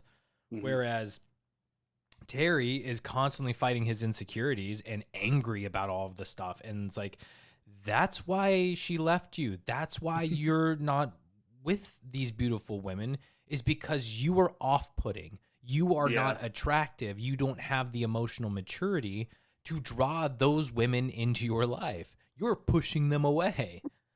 Like if more, I think if more men were confident in just being themselves and do ballet, crochet, sew, whatever. Like, I mean, it doesn't matter. Whatever you want to do, if it is quote unquote unmasculine, fuck it. Do it if it makes you happy and be confident in that stuff. And like that's where you find the people that love you and treat you with respect because you're not hiding away from it. Like be confident in who you are. If somebody's going to make fun of you for doing the things that make you happy, they don't need to be in your life. They don't need to be in your life. They are a emotional vampire and sucking the joy from your life. Get the stake out and fuck them over. Get them out. They are the Colin Robinson. They are. Don't need that. You don't need that shit in your life. Yeah. So yeah, 2010, it's a subtle message, but I think it's definitely within this movie. So I like looking back at a time where we were in that transitional phase. Like I definitely remember being middle school and high school and saying the words like you said, like not really comfortable saying those things anymore. And I don't remember calling anybody like the F word. I don't remember calling anybody that. I do remember saying things were gay in that kind of a sense and those kind of things. And like, it just, at the time, sure, it didn't seem like much. Like it's just, that's what you said. That's what it doesn't mean that. Like, but there's so many other ways to say the things. Why say that? You don't have to. There's a better way to express yourself without having to put others down. Yeah, but when you're young and dumb, like how do you know any better? Yeah. Right? Yeah. I mean, like I used to say stuff like that too, and like it's a cultural thing. When you got people like Dane Cook, like comedians who were popular at the time, or like Family Guy or whatever, it's you're just like, oh, our culture accepts this, so I'll be a part of it, right? But then you don't realize like the effect it has on people until you get older. Yeah. Yeah. So, because I've definitely been made fun of and stuff for things like that when I was younger, and at the time, like, you don't think much about it until you get older, and you're like, I am the way I am because of how certain people treated me or whatever, but I want to do something about it. Yeah. But when you're young, you just don't think that there's like anything wrong with it, I guess. I'm surprised So. I didn't get made fun of like more as a kid, because I remember like in middle school and high school, like I'm a theater kid, like I love it. I love playing pretend and getting doing dress up and all that fun stuff. Hell yeah, it's a good time. Just kidding. Whatever, man. easy, Professor Chang. But yeah, I'm surprised I didn't get made fun of more, like, because there were multiple times where like girls that I was in class with, like, just for whatever reason, it was like a slow day in school or whatever, we weren't doing anything, I'd let them put makeup on me. One, it felt great. I love like the feeling of like a makeup brush going on. It feels great. But it was like at the same time, I was like, I don't care. I walk around with makeup on, whatever. Like I'm not trying to make some sort of statement with any of this. It was just like, ask me why I have the makeup on. I was like, chilling in class, and they asked if they could, and I said sure. Like, because this really hot girl put it on me. Well, it's like there's literally no other motivation than just like they asked, and I was like sure. Like I don't care. I don't care. So like I'm surprised I didn't get made fun of more for those kinds of things. Like I definitely got made fun of after one of the plays I was in where I did not get my makeup off. Like I still had eyeliner on. I could not get the eyeliner off, but I had to play hockey the next day. So I'm at my hockey game and I've got eyeliner on, and the whole team is just like, dude, what's up, man? I was like, I was in a play last night. I didn't get it off. And it was like, okay. So like they're giving me shit throughout the game and all that kind of stuff, but like it's just to poke fun. Like I don't think they meant anything to, like, they weren't trying to hurt me by any means. It was just like, dude, you've got eyeliner just on. bullshitting and like, yeah. But that's the thing, is like you were probably more on the confident side. Like you weren't letting it get to you so much. Dude, I am rocking lightsabers behind me right now. Like I am a dork. I am a nerd. We've been talking about movies for the last 5 years. Like I'm pretty comfortable in who I am. So maybe that's why they didn't make fun of me. I was the Alan. Yeah, well, because if you're an easy target, right? Like if you let things get to you, and that just gives people more of a reason to continue it. Yeah. But if they're like, oh, this guy's like he's not fighting us, or he's not like retaliating, like, let's move on. Yeah. It's not fun anymore. We didn't break him. He's not any fun. It's like, well, you're an idiot and you find your fun by making fun of other people. So who's the real loser here? Yeah. Anyway, I just kind of want to mention that. I think it's just important that we grow as people, right? We look back on the past, and like, things that we say in the past should stay in the past.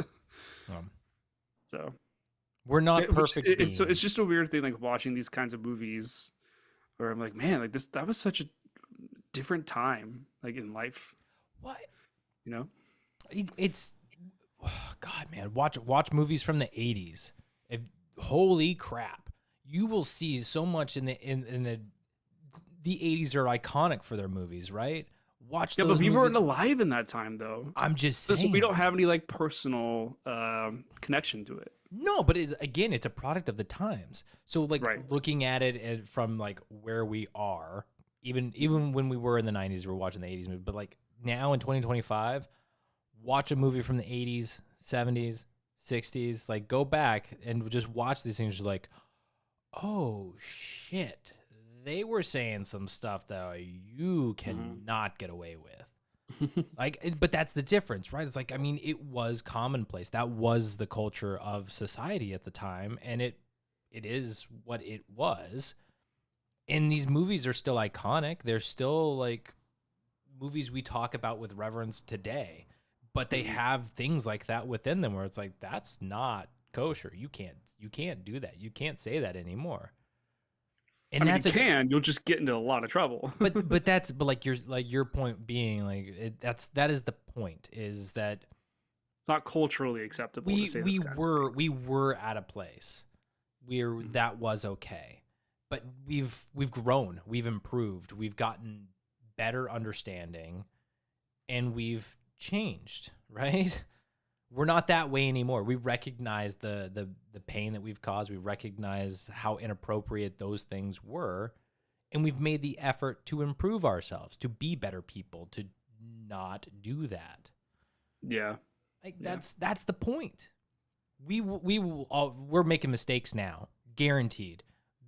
We're saying things that we probably shouldn't, that we'll recognize in 20 years. Like, oh, damn, no, that probably wasn't okay to say, was it? It's all right.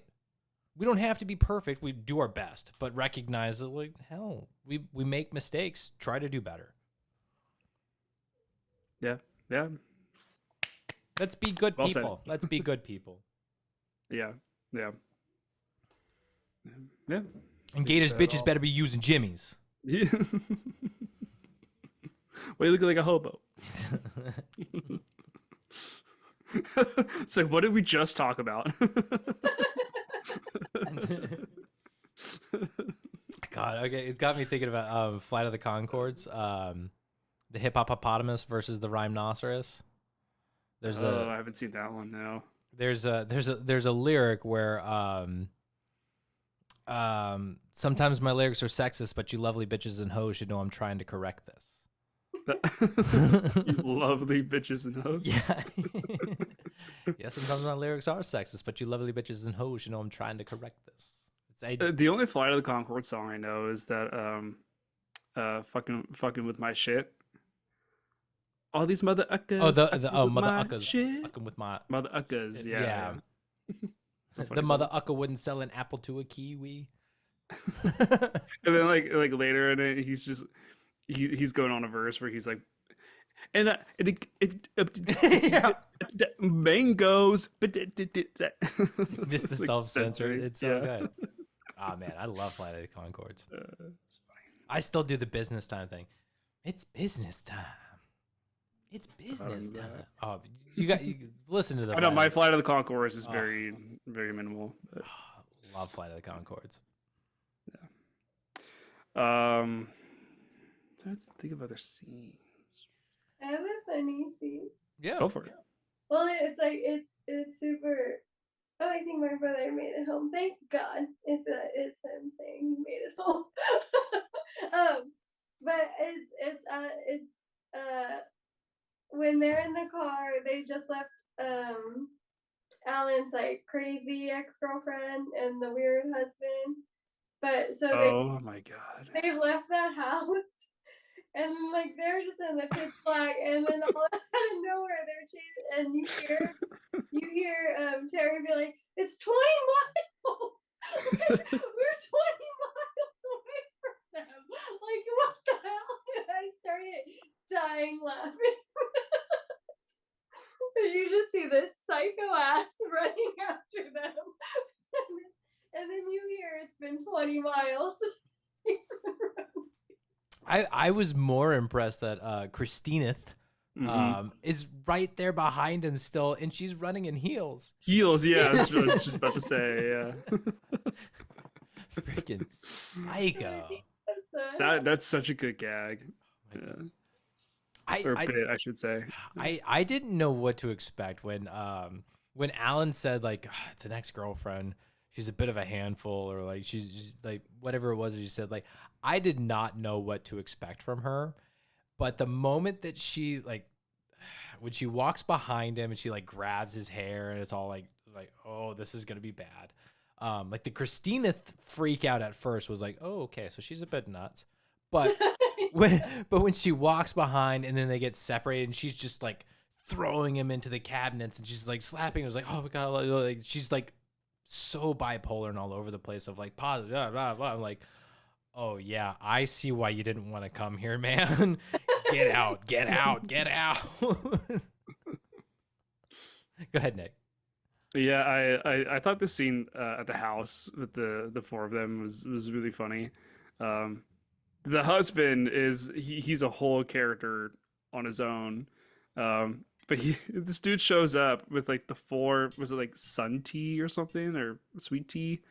And then he goes, oh honey, the one in the corner is the one with the vodka. I think she always has to have a drink. And then when Christina, which by the way, one of the fun facts I read, I didn't write down, was the name Christina was picked for her because during that time it was kind of a thing where people, like, if you tried to say their name, they would still correct you. It's like, it's Christina. Oh, Christina? No, Christina. Christina. No, Christina. Like, just like the bit of like trying to keep it over.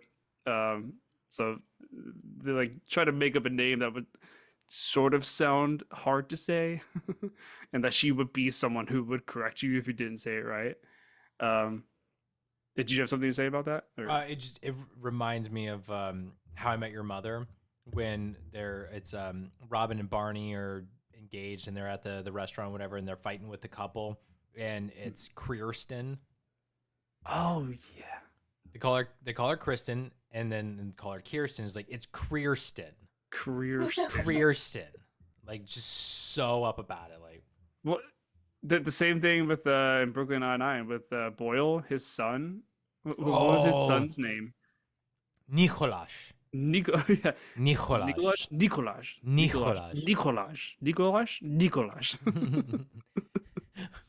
Well, when you've got Boyle and his like his biological dad fighting over the pronunciation of Nicholas. Yeah. Nicholas. Nicholas. Like, they're both saying the same thing. Yes.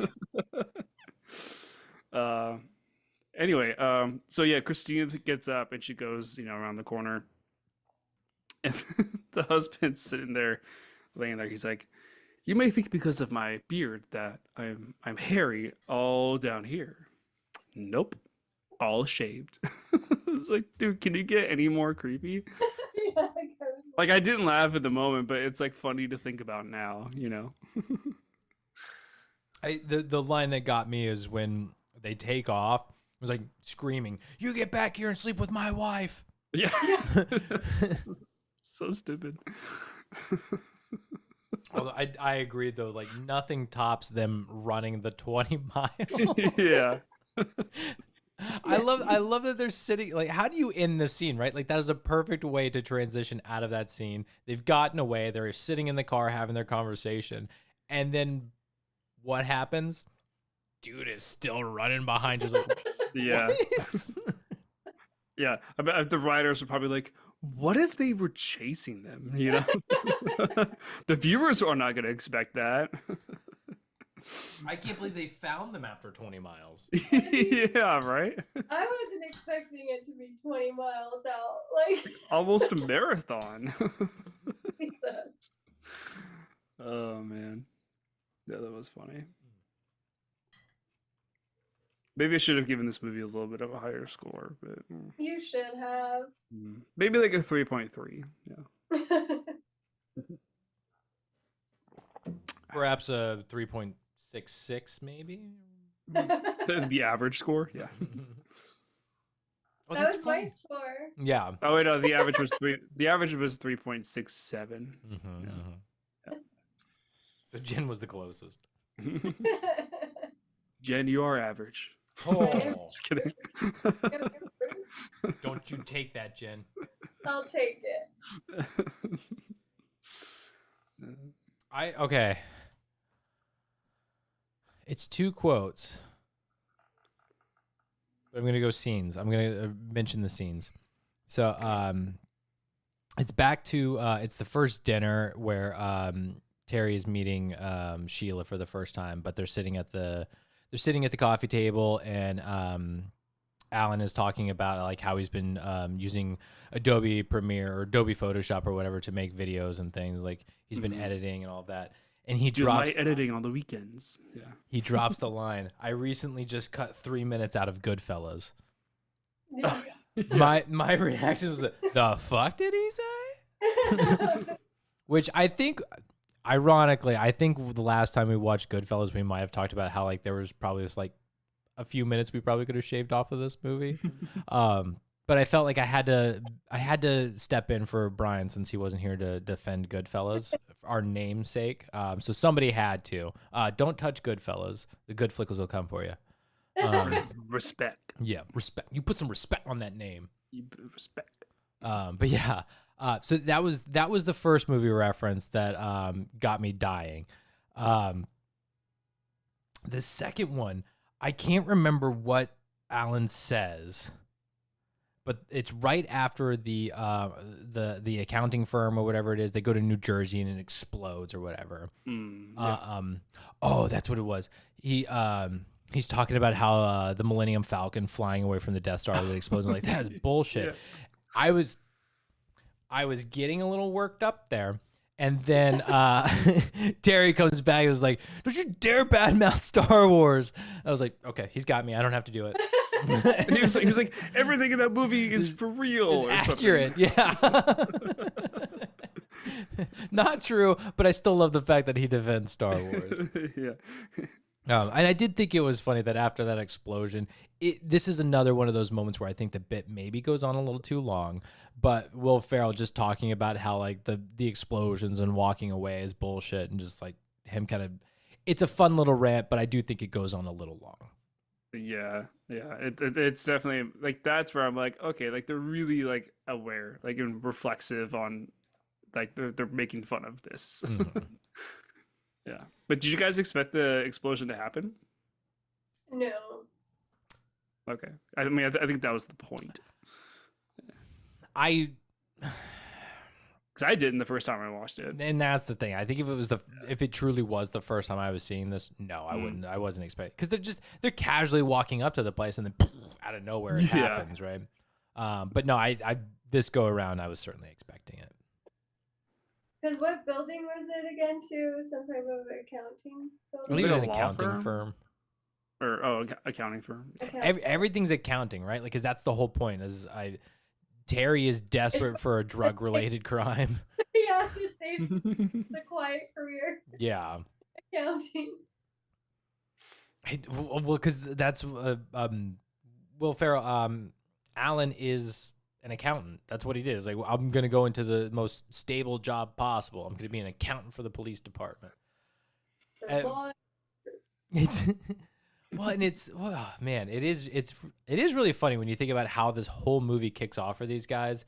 It starts from a scaffolding permit, right? Like I don't even know what that means. Yeah, I don't know what scaffolding is. Is that like a board, like trim board or something? Is that what scaffolding is? Like trim board on a building? Well, it's what you would see, like essentially it's the construction outside of a building. Scaffolding is like the it's like the ladder, the platforms and stuff that you would build on the side of a building so that you can get to different levels to perform construction. Yeah. Okay. We've all seen this. I didn't. That's what that's called. That's called scaffolding. Scaffolding. Yeah. Interesting. So like that's the big crime here that kicks everything off. Is this guy is like either faked or missed whatever scaffolding permits for something. They don't get scaffold. So these are everywhere in New York. So yes. I believe it. Yeah. Okay. Yeah. Interesting. Yeah. That's what kicks off the whole thing. And I love how they just kind of luck into the thing where they're walking through the back door of this place, and Coogan's character, because I'm blanking on his Urshan. Urshan, thank you. Yeah. Urshan is just kind of going through there, and Will Ferrell recognizes, like, "Are you David Urshan?" "I am, thank you." And it's like just immediately like flips and is like, "You're under arrest." Like, we did what? I think Urshan's reaction is golden. It's exactly what you'd expect of this guy. Was like, "Wait, what? I'm being arrested right now? What is happening?" And then to find out, I was like, "Wait, I'm being arrested for a scaffolding violation of all of the things that I've done. Scaffolding is what you're getting me for, okay? I do love that whole bit of them lucking into the arrest and him just being so confused by it. My favorite part was Alan reading the Miranda rights and not knowing the rest of the like, and you have the right to what's the next thing? The right to actually I don't even remember what he says. It's something stupid. What was it? Yeah. You have the right to what was it? Dance? It's uses a flotation device. That's it. Oh yeah. But I can't remember the setup for it. And you have the right to use this as a flotation device or something like that. Yeah. Yeah. So dumb. So ridiculous. It's so messed up that he sets him up like that. Well, and Alan even says, he's like, I've never put anybody in handcuffs before. I've never Miranda'd anyone before. Yeah, or he had never Miranda'd anyone before. Like, that's probably the first thing they teach you in cop school. Or the academy, I should say. Okay. We watched 21 Jump Street. Mm-hmm. What's the big joke there? Channing Tatum's character cannot remember the Miranda rights. Oh, You have the right to suck my dick. Like, it's just... I don't know if it's the best joke to give bad cops, I guess I'll say, but like it works. You have the right to an attorney. You have the right to flotation. Be used as a flotation. No, that's a good buddy cop movie. 21 Jump Street. Yeah, that's a fun one. I did watch 22 Jump Street not long ago because I think you would watch it like right after. I was like, I need to watch this. Oh yeah, because that's where they go to college, right? Yeah. It's not as good, but it's still It's not as good. No. Go ahead, Jen. Another scene that made me giggle was the job mix-up. So when Gene is giving, like, he's at Bed Bath and Beyond, Oh. and like talking to the employees, it's like, okay, so towels are on sale. It's like he's such a different person, and then he goes into like, oh, and then the rapist serial, I forget what it was, like serial rapist out of, was like, sorry, that's the other job. Like, it's no big deal. Yeah, it's like, so the Brian Leaney serial rapist case. Oh, whatever. Yeah, that's nothing to worry about. Oh, unless you live in Cyprus, then maybe, buddy up.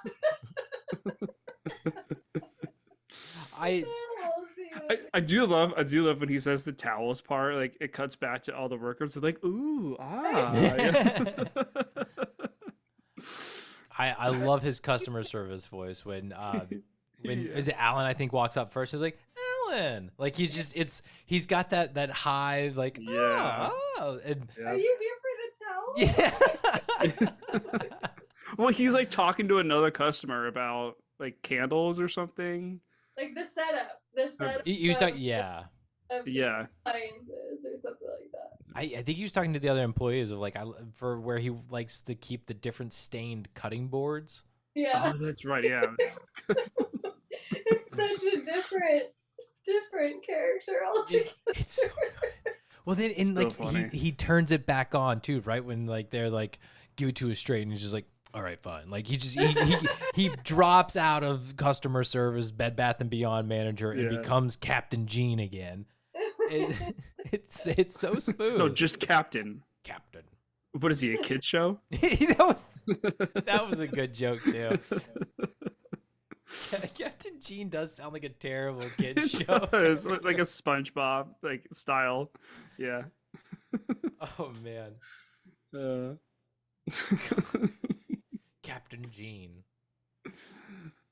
That's funny.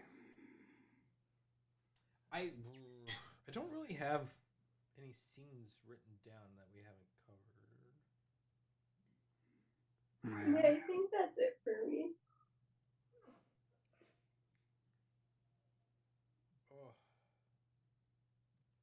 There's got to be like one or two more scenes I'm not thinking of.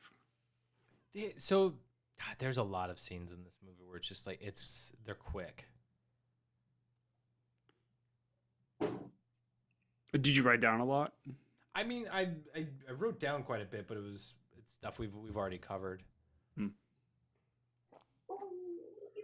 you have any scenes? What do you? Okay, just got to bring it up. What do you guys think of the whole shooting Jeter thing? Oh, Oh, I like. hmm. You don't care.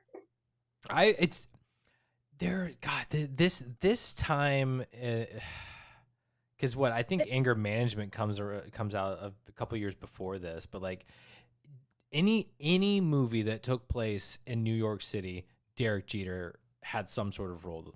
Like he was in it. Was he a baseball player? Yeah. Okay. Dude, again, if it was New York City, Derek Jeter was there. It's probably a brilliant move to make Wahlberg's character like. How do you make him the most hated cop in New York City? Have him shoot the greatest baseball player in New York City, right? Like, oh my God. When they even say like you should have shot A-Rod, like Yeah. who's like the second best baseball player at the time or something. I don't know. Like I'm it's just freaking hilarious. It's like That part was funny. Like, why are you condoning shooting other people? Yeah. So ridiculous. What do you guys think about that? Like he shoots this guy, and sure he's screaming all of the warnings and everything, but like you don't recognize Derek Jeter. Also, you're in the back hallways of a baseball stadium. Like who else could this be? I don't know. This is a dude who's trying way too hard to make a name for himself and just ready to fire that weapon. Go ahead, Nick. Yeah, I think it's this is kind of early on to the whole. Do you guys remember the whole Stephon Clark thing that happened like 10 years ago? That Matt, you do? Okay. Well, Jen, just a little the TLDR is that it actually happened here in Sacramento. Cops go into a backyard at night. It's dark. Suspect is back there, and they essentially tell him to like put his hands up or make his hands shown, like visible, right? He has something, or he has something in his hands, or he pulls something out of his pocket. I can't remember exactly, but he has something in his hands it's black, and they thought it was a gun. So they shoot him, and they found out it was, I think, a cell phone. Mhm. So that started a whole controversy about like police training and situational awareness, and like when do you pull the trigger, like how sure do you have to be that they have an actual weapon or a non-weapon in their hand. And ever since then, like there's just been a lot of talk about reaction times and stuff with this. So in the case of this movie, I it's really hard to make an argument whether or not Hoyt's had probable cause to shoot him, because like you said, Matt, they're in like the hallway at an MLB stadium where players come through. Like not everybody has access to that area, right? It's going to be people that are, part of the team, people with like VIP tickets or, media or whatever. Like not some rando off the street will have access to go in there. So for him to fire and shoot him, I don't know. It's really hard to make a legitimate case for it because, yeah, I don't know. Go ahead, Jen. I think it was. I even think the real life visa happened 10 years ago. I think that definitely was justifiable because it's night, it's dark. Mm-hmm. Like that would be so hard to do, and like rather than risk it, be like, oh yeah, is that your phone? Is that a pack of cigarettes? Like no, especially if you are a suspect on foot. Like who knows how long they were chasing this guy? I don't even know what he did. but like I think they shouldn't have to go into this, oh well now we need to reevaluate and see if we can be nicer to perks. Like no, I think that's stupid. And then in this movie's case, I think that he had every right, because again it was like that dark shadow, and regardless if you're a celebrity, athlete, whatever, that doesn't clear your name of being a good person or bad person. Like just because you're that star athlete doesn't mean you're actually like crazy and like, oh, now I actually want to shoot up my entire stadium of fans. Like that doesn't mean anything, like just because of your status. So in this instant, I think he did what any cop should have done. It's like it was dark. He wasn't listening for one. Like this guy was just like ignoring anything that he was saying, any warnings, and deliberately like put his hand in his pocket. And so yeah, shoot him. I don't know, maybe. It's definitely one of those things where if you, it's kind of like a somewhat subjective / objective decision when, if you truly feel like your life is in danger, like as a cop, if your life is in danger, that someone is about to pull something out, and you see something that could look like or imitate a weapon, Yeah. you know, like how would you not react in defense? Exactly. You know, because like and you think about, it's not like they're just running up on these people, not saying anything, not giving any warnings. It's like if you are truly like innocent and like we'll say like a normal citizen, you're going to listen to what the cop's saying. You're gonna be, oh whoa, okay, like I'll stop. Yeah.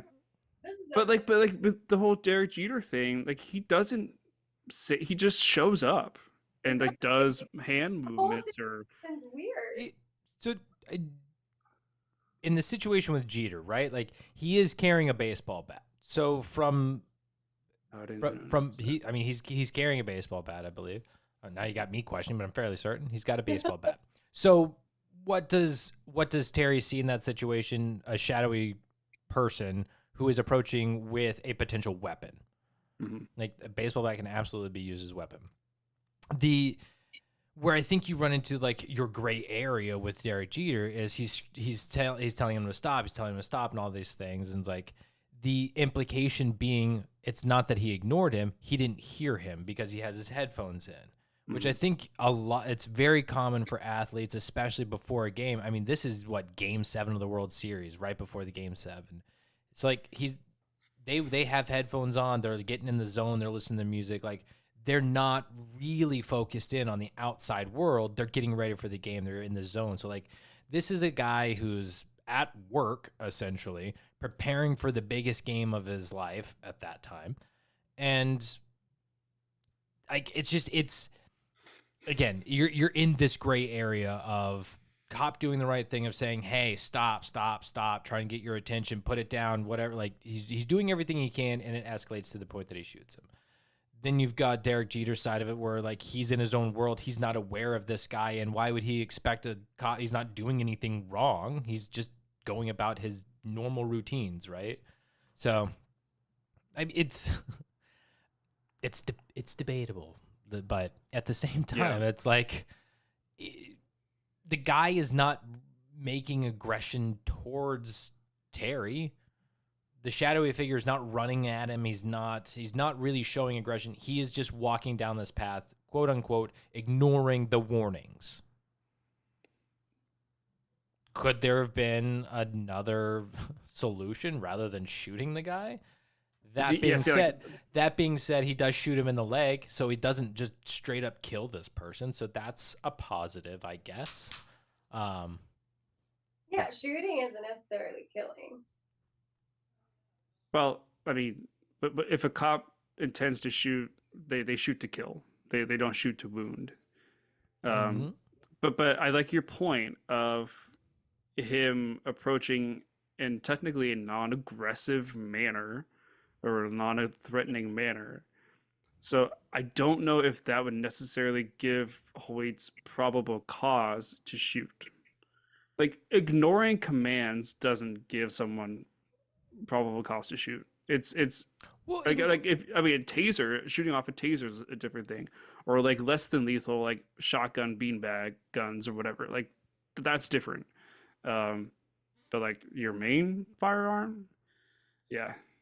But and then to top it all off, like all the guys are making fun of him for shooting him. It's like,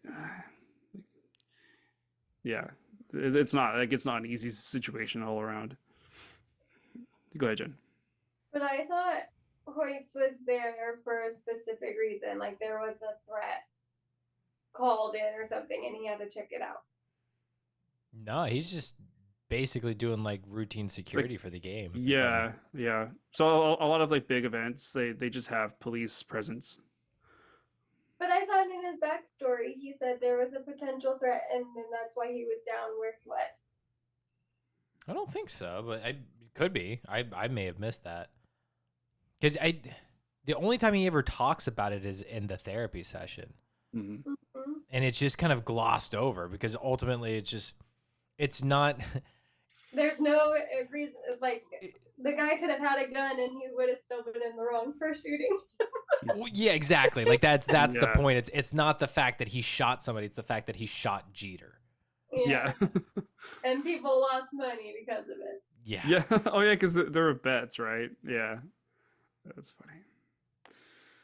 Oh man. All right. So Yeah. let's move on to a different subject. Actually, well, okay, tangent. Maybe cops should be able to shoot to wound. A Oh, pe- that's my dad. Yeah. Don't 100% quote me on that. I thought I heard a homicide detective tell me that, but Like, you bet that they're only allowed to shoot to kill. I mean, I could see that. yeah. I wouldn't say like it allowed to shoot to kill. I think the point being that like if you are being threatened, your job is to stop the threat. And the Yeah. interpretation of that is put them down. Yeah, because if you shoot in the leg, they still have their arms to shoot you back, you know?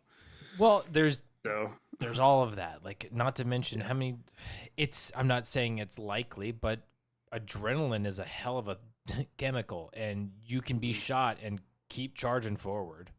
Hmm. if not even more so than before. Yeah. Yeah. All I've saying, seen some videos. Yeah. Yeah. That would be a fun topic for my dad and I. Let's Is your dad just an officer? let's He's agree. retired deputy. Yeah. Oh, okay. Okay. Let's just Yeah, agree definitely that ask it's him not that. I'm easy being curious. a cop. Yeah, he's a co-op. Are you a co-op?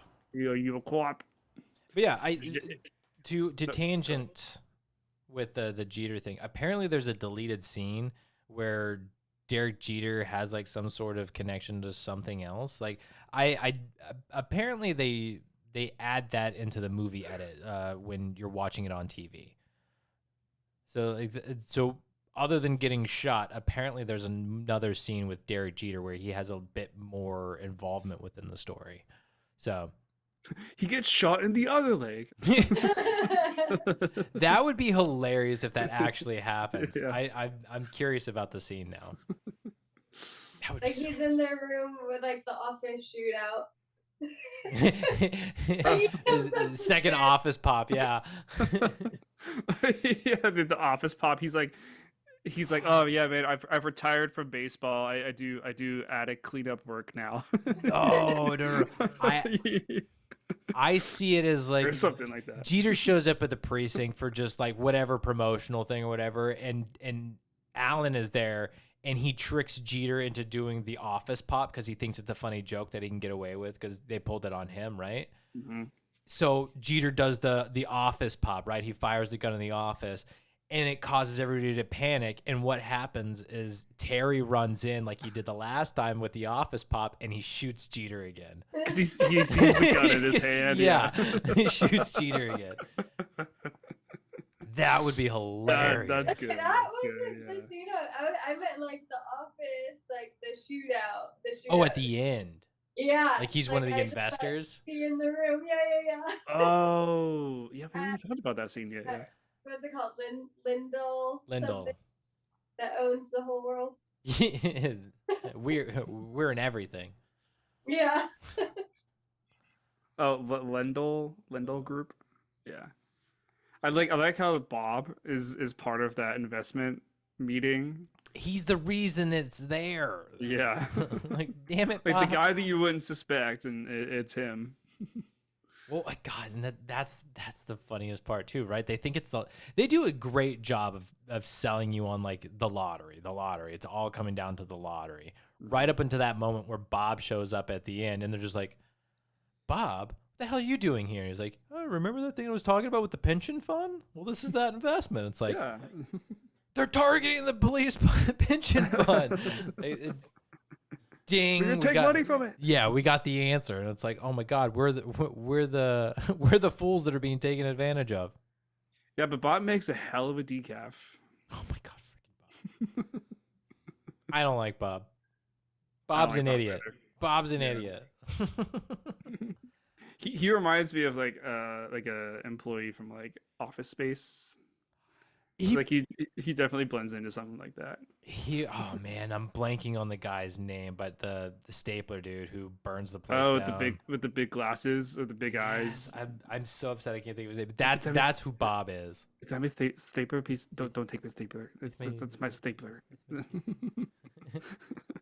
Oh my God. That poor man. Yeah. I don't blame him for burning that place down. They mistreated him right. so bad. He does. They don't even fire him. They send him down into the basement and they stop paying him.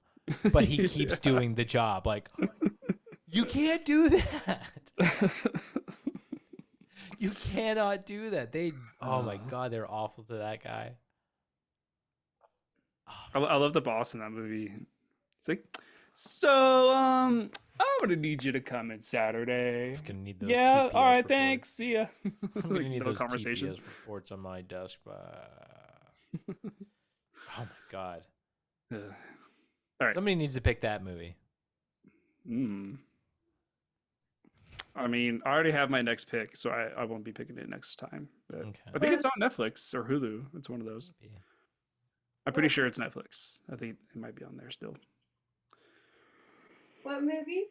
Office Space. Office Space. Oh, okay. No, I'm not. It wasn't that one, but we're close.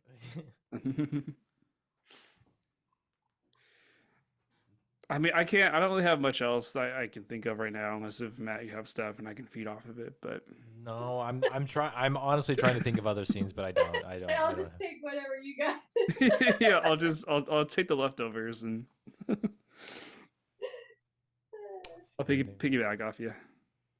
I was gonna mention the sadness of Bed Bath and Beyond no longer being a store. I think it's No, they're back.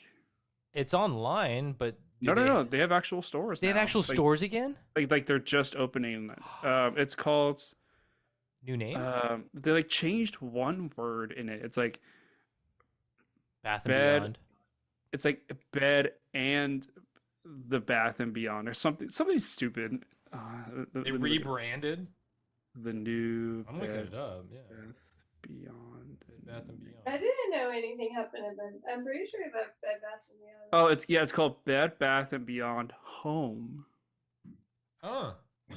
So that's what the physical stores are called? Yeah, and so it says the brand House Collective, which now oversees the stores, opened the first new store in Nashville. Okay. 2 months ago. Nice. Yeah. I loved Bed Bath and Beyond. That was definitely a go-to store for me when I was looking for things. So, which is sad because once it went to like online, I stopped buying from them. Dude, I just heard Toys R Us is opening up stores. What? Yeah, the article said that they're going to open 30 new stores all across the U.S. I thought I think one of them in Southern California. I thought they had completely shut down. Like there were like. Dude, it's like the Twinkies effect. Like somebody buys the IP and then they rebrand it and they put dollars into it and bring it back because it's a recognizable brand. You know. Can you explain the Twinkies connection? Like So I think Hostess when they went bankrupt, someone else like bought like the IP, like the name They to bought Hostess. Twinkies? Oh. Like they bought Hostess.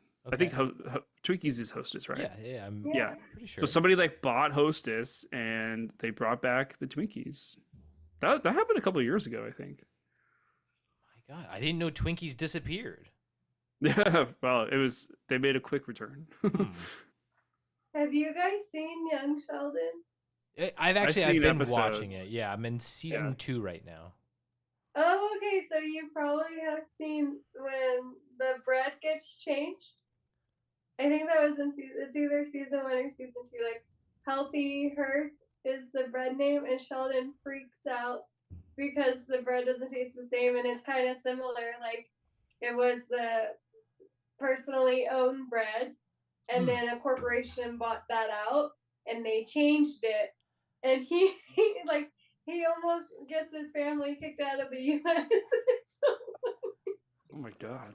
it's so funny. Oh man, I don't remember that. I'm gonna have to look up that episode. Maybe you haven't. Okay, it might be in season 2. I'm still early on in season 2, I think. Okay, I've been I can't get enough of that show. It's so great. It's so funny. I've been enjoying it, but it's just kind of I throw it on occasion. But That my Nana, she loves Young Sheldon and Big Bang Theory, and I've she never seen Big Bang Theory.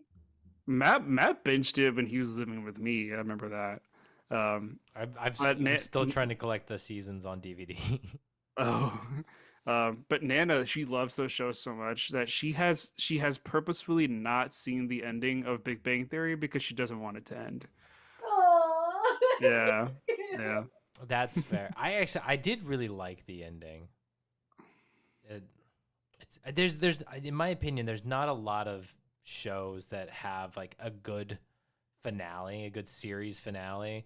They either they go too far, like they push the series to a point where it's no longer as enjoyable as it was, and then they just end it, or they do the most cookie cutter happy ending, and it's like you drop the ball right at the end. Like even How I Met Your Mother, I'm still coming to grips with the last season. Yeah, the alternate ending's way better. I'm so 10 years, and Robin. 10 years, and that's the investment return? I'm so upset because was it Alyssa Milioti is the mother? Like I waited so long for her. They give us the reveal, and then they shafted me. Like she was amazing. I loved her as the mother. She was fantastic in that last season. And then they do you dirty, and I'm like, oh, you bastards. Yeah. So no, I'm still coming. I don't hate the show. I've got the series, but still. Did you guys ever watch Weeds? No. Yeah. That show is all about the journey. And then the end, I was just like, oh.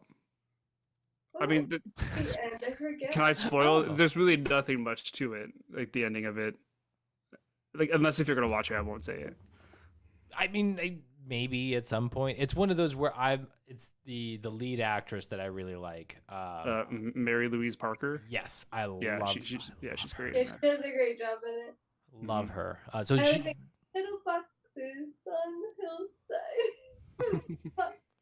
The little the intro song is so pleasant. It's so fitting. Well, it really is. Yeah. What's the concept, right? Like she's like a house, She's like a suburban housewife and like she starts selling weed, right? Yeah. Yeah. And she gets I don't know how she gets involved in all that. I should rewatch it. Well, because the show starts off with her husband dying, I think, and so she has to like raise these kids, these like troublemaking kids, and like work a job and like she kind of falls into it. But she's living in this like neighborhood that looks like Elk Grove, like it's like super suburban, where all the houses look the same. And that's why exactly, yeah. Little houses on the hillside. Little houses made of ticky tacky. Yeah, Matt. If you're looking for a new show to watch, definitely check out Watch Weeds. Weeds, yeah, Okay. check out It's Weeds. so good. Okay. It's so good. I Yeah. like I said, I will probably watch it eventually. But if you want to ruin the ending, go ahead. Yeah, we'll see. Okay, it's all it is. It's just the family sitting on a porch, and then the camera just dollies backwards. Mm. That's literally it. See, Like it's there's no like, yeah, there's just nothing to it. it's that's what like the Sopranos ending, right? Where it just cuts to black. Essentially, yeah. It's like, come on, It's the same idea. You gotta give me something. And honestly, I don't mind if a show ends with everybody gets their happy ending and we move on. Like, I'm fine with that. Give me all of the closure, fantastic. But like, give me an ending. But see, like my argument is, if the journey is so good, I don't mind just a normal cut to black kind of ending. Because then you got a show like Breaking Bad, they kind of do the same thing too, in a way. Is there at least like a semi-profound dialogue right before it does the thing? I don't remember, but I think it was like they were safe again, or like they were comfortable again, or something like that.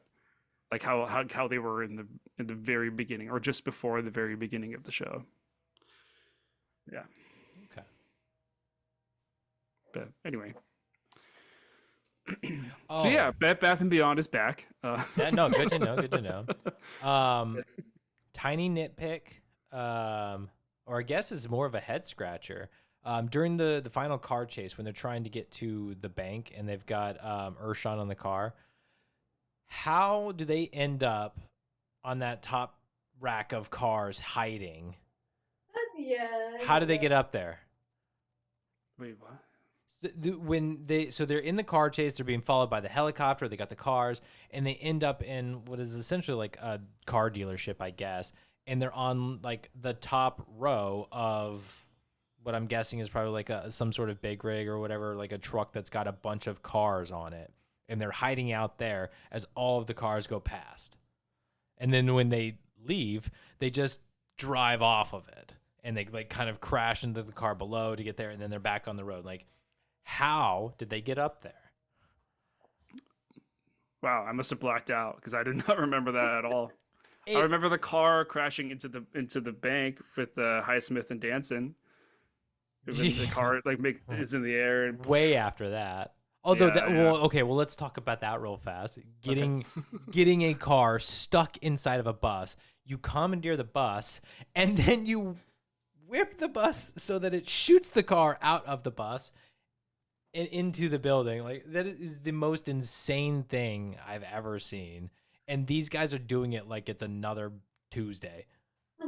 I think Samuel L. Jackson drops a really cheesy line, like as the car is going into the building in slow motion, the camera's like facing in front of the car. Do you remember what he says? I don't, but that whole opening scene, they've got like the worst dialogue. It's not bad in the sense that like what they're saying is really awful or is like bad writing. It's just so cliched, and these guys are just, oh my god, the stereotypical action stars. It's perfect in the sense that it's meant to be a joke. Oh my god, dude! The press conference after, the news reporter is like, "Are the rumors true? Have you had any relations with Kim Kardashian?" No Danzig goes, comment. no comment. But yes. But yes. You can't say yes after no comment. Oh my god. And then that first reporter essentially gets brushed off from his actual question. He was like, "Oh, do you think the citizens of New York are gonna approve of all the damage you did to comparison to what the crime was?" Everybody's just like, "Yeah, New York City, the greatest city in the world. Yeah." They all start clapping. Like totally politicians him. I because I'd seen the movie and knew what was going to happen to these guys when they're doing this whole press conference thing, and the hot dog guy is like, "Free hot dogs for life." Yeah. Like when he says that, I was like, it's not going to be that long. But no drinks. No I drinks, can't do drinks. Can't do drinks. But when he gives it to them like for life, free hot dogs for life. I'm like, don't worry about it. Their lives aren't that long. They're gonna die in 10 seconds. Oh, do you think that was foreshadowing? It could be, but like I said, because I had seen it when he drops that line in my head, all I'm thinking is like, don't worry about it, dude. You could give him drinks. It's not gonna last long. I didn't even think of that. That's really Oh man, it's funny. very good. I have to get going. Yeah, do you want to kind of wrap up? I keep it in there because I feel like we're almost wrapping it up, but No, I think we're wrapping up right now. So Jen, if you wanted to just say who won the movie, like we can close out. I don't think we need to dive into the end of this movie, but it What was the ending? The ending. The cops show up, they arrest the guy, and that's all she wrote. yeah. Oh. But that's kind of it. Like it ends with a successful mission, and the bad people get arrested. Okay. And I think what I did like was the end credits, how they do give you the sort of like the history lesson of corruption and Scheme. yeah. Oh yeah. I watch the credits, you learn something, Yeah. and then you get to the end of the credits and you get a good little laugh. Yeah. Making you think if what you learned was anything real. It's all It's real. It's Hollywood propaganda. Yeah. Okay. Final thoughts. Final thought. Who won the movie, or just who won the movie? Yeah, I don't really have any final thoughts, except that I enjoyed it. It's a fun little movie. I'd probably throw it on again if I want to laugh. And who wins it for me is actually, I'm gonna give it to Will Ferrell. Just because, like I said in the beginning, I just feel like I've hated on him for so long, and now I've come to a happy relationship. It's like, you're not so bad. You're not so bad. Fair. Okay. All right. Yeah, my final thoughts. I think this movie would be more fun to watch with people, because obviously, like, I've been laughing more so with you guys and like about the funny scenes and stuff. Yeah, I just think this is more of like a let's get together and just get silly and laugh at some stupid shit. Like doing that by yourself, to me, I just I don't know, maybe just was I needed that vibe, to kind of really get into it more. But with that said, like I would say maybe I would increase my score to like 3.3, 3.4 or something, but you live and you learn. For my winner, like you could make an argument for Mark Wahlberg, but I think Will Ferrell just he really could just kind of what's the word I'm trying to say? I've said grounded a lot. Like he's the one that brings the humor through playing a character that is not through a character that he doesn't normally play. And I think that's why his performance is really funny to me, because I'm like, oh wow, I'm seeing like Will Ferrell in a new light, or in a different light. That's not just like the same kind of thing over and over again. So yeah, I think Will Ferrell wins it, but I'll give an honorable mention to Mark Wahlberg. I don't really have much final thoughts or anything. So for me, who wins the movie, I'm right there with you guys. But to me, it's the duo. I love this pairing. These two, Mark Wahlberg and Will Ferrell together, are such a good comedy duo. And I agree that it's with it's the kind of swapping where Will Ferrell is the more straight-laced guy. Like, he's not the outlandish, over-the-top person, with the exception of a few moments, like when he goes bad cop, and he slips into Gator and that kind of stuff. Yeah. So, like, he definitely has his Will Ferrell moments, but I'm impressed by Will Ferrell pretty often. Like, because of what he's known for, being the SNL guy and just absolutely ridiculous characters. You kind of forget about how good of an actor he actually is, and he's certainly talented. So I appreciate him kind of playing that different side rather than what he normally does. But Wahlberg also kind of getting out of his comfort zone a little bit here and being a bit more ridiculous and leaning more into the comedy. And I think he's really funny too. And often you don't see him get to be this kind of person. He's got to be the action guy. He's got to be serious, man. Like, hell, it's why I like Ted so much, right? Like, I mean, it's Mark Wahlberg being very serious about his best friend being a teddy bear. Of course, he's playing a crazy, like a more ridiculous character, but I mean, like, this is just a normal dude whose best friend is a teddy bear, and it's freaking hilarious. So, to me, this movie is not what it is without this pairing. If you have one, maybe it works, but the two of them together, it definitely does.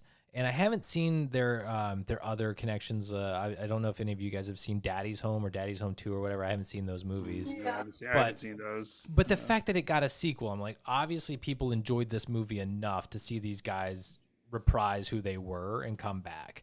And then to bring even bigger names in for the second one, right? Like, I think that these guys were fantastic together. The characters that they play are absolutely hilarious. And really, really enjoy this movie. And I agree with you, Nick. It's probably even more fun when you're watching it with friends. I feel like, especially with the moments where it's like, they're kind of dragging this joke out a little bit. Like, it's one of those things that can be on the background. You can pay attention to it or not, but like, you can joke around and laugh and be like, oh, I missed the thing. It's like, whatever. Like, you're still enjoying It's still this movie. going. Yeah, you're still enjoying this movie. So, yeah, for me, the other guys is not as successful without the two of them. So, question for you, Matt. Yeah. Do you 42. think that this movie could have been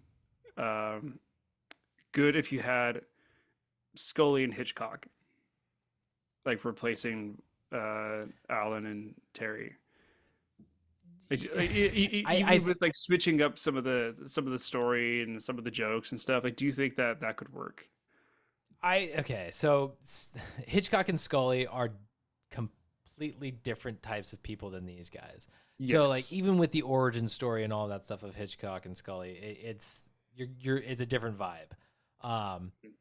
But with the argument that you were kind of like bringing up earlier of that kind of like origin story of seeing these guys where perhaps they really were the star cops at one point, and then they've kind of fallen into this, we're desk jockeys and one of us wants to get back to it kind of the thing. Like, I think it could work. I think it would be a fun like flashback to get to know these guys more or less their origin story, right? Mm-hmm. I think that it could be fun, but I think it's pretty unnecessary.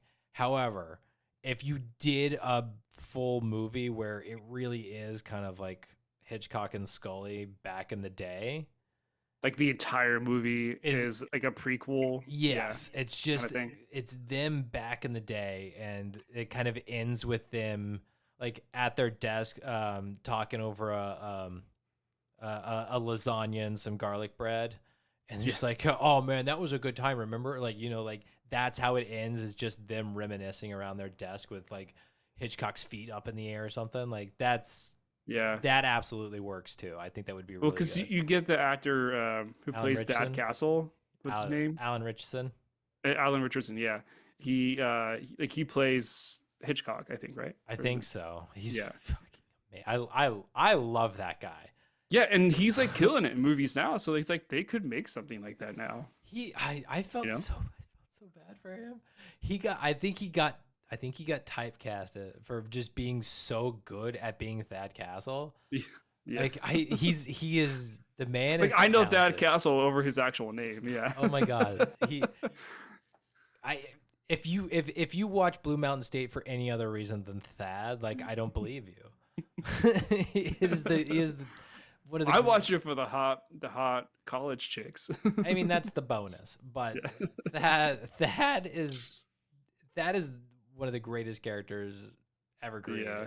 Absolutely insane and just funny as hell. I think if they were to do like a what's it called? Not a remake. Reboot.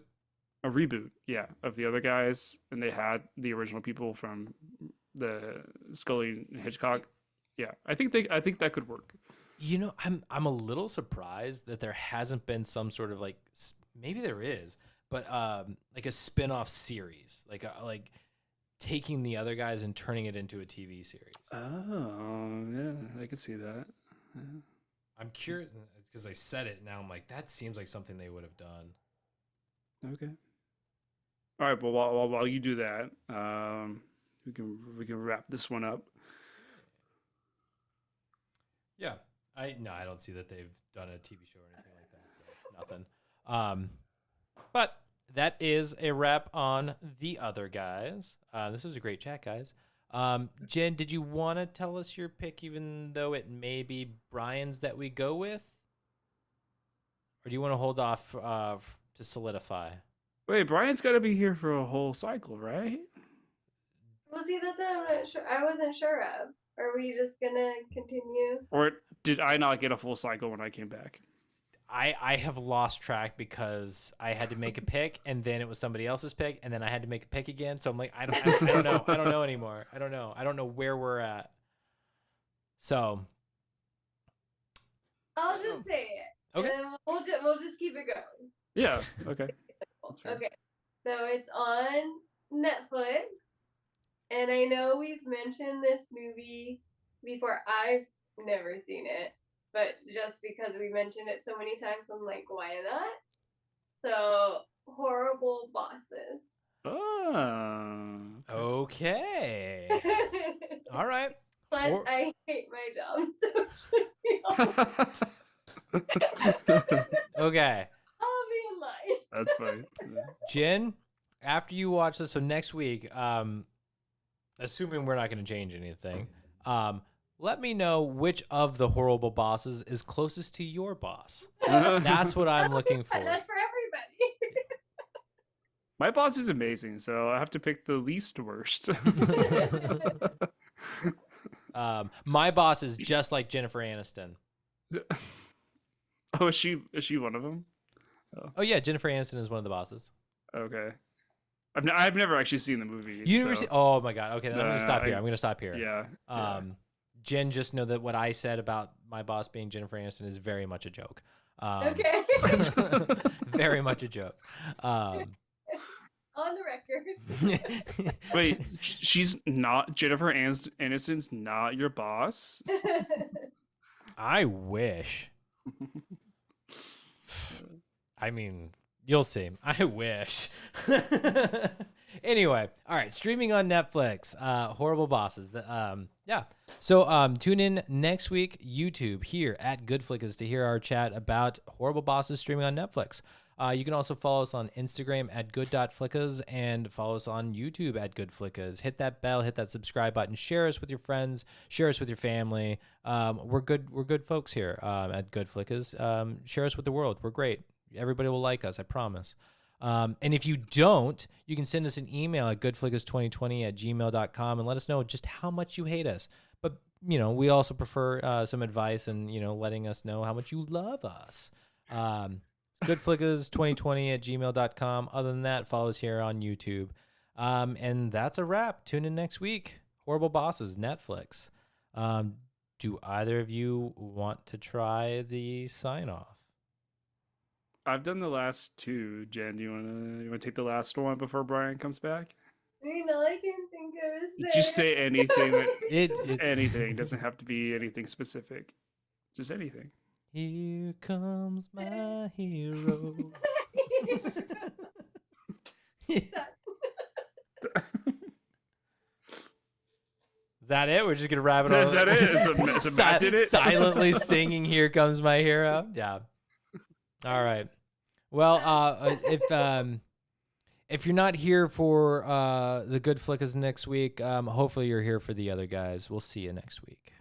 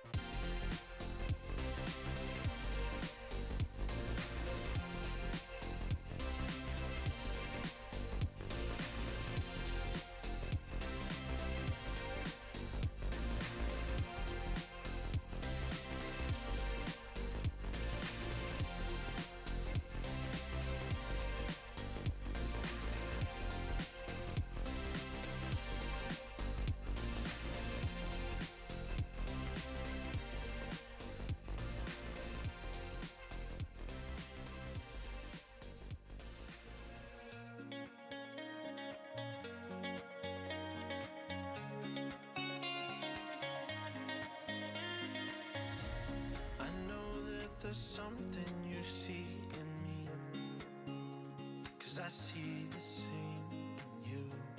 I know that there's more than meets the eye, 'cause you light up my world tonight.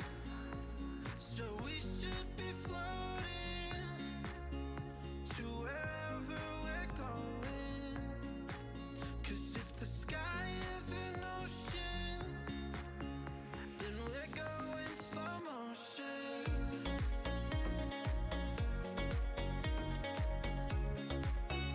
Then we're going slow motion.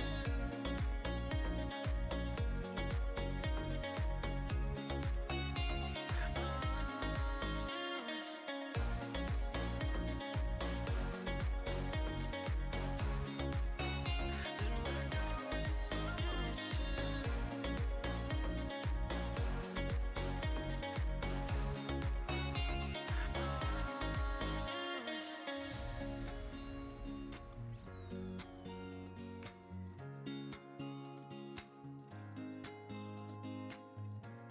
I know that there's something you see in me, 'cause I see the same in you. I know that there's more than meets the eye,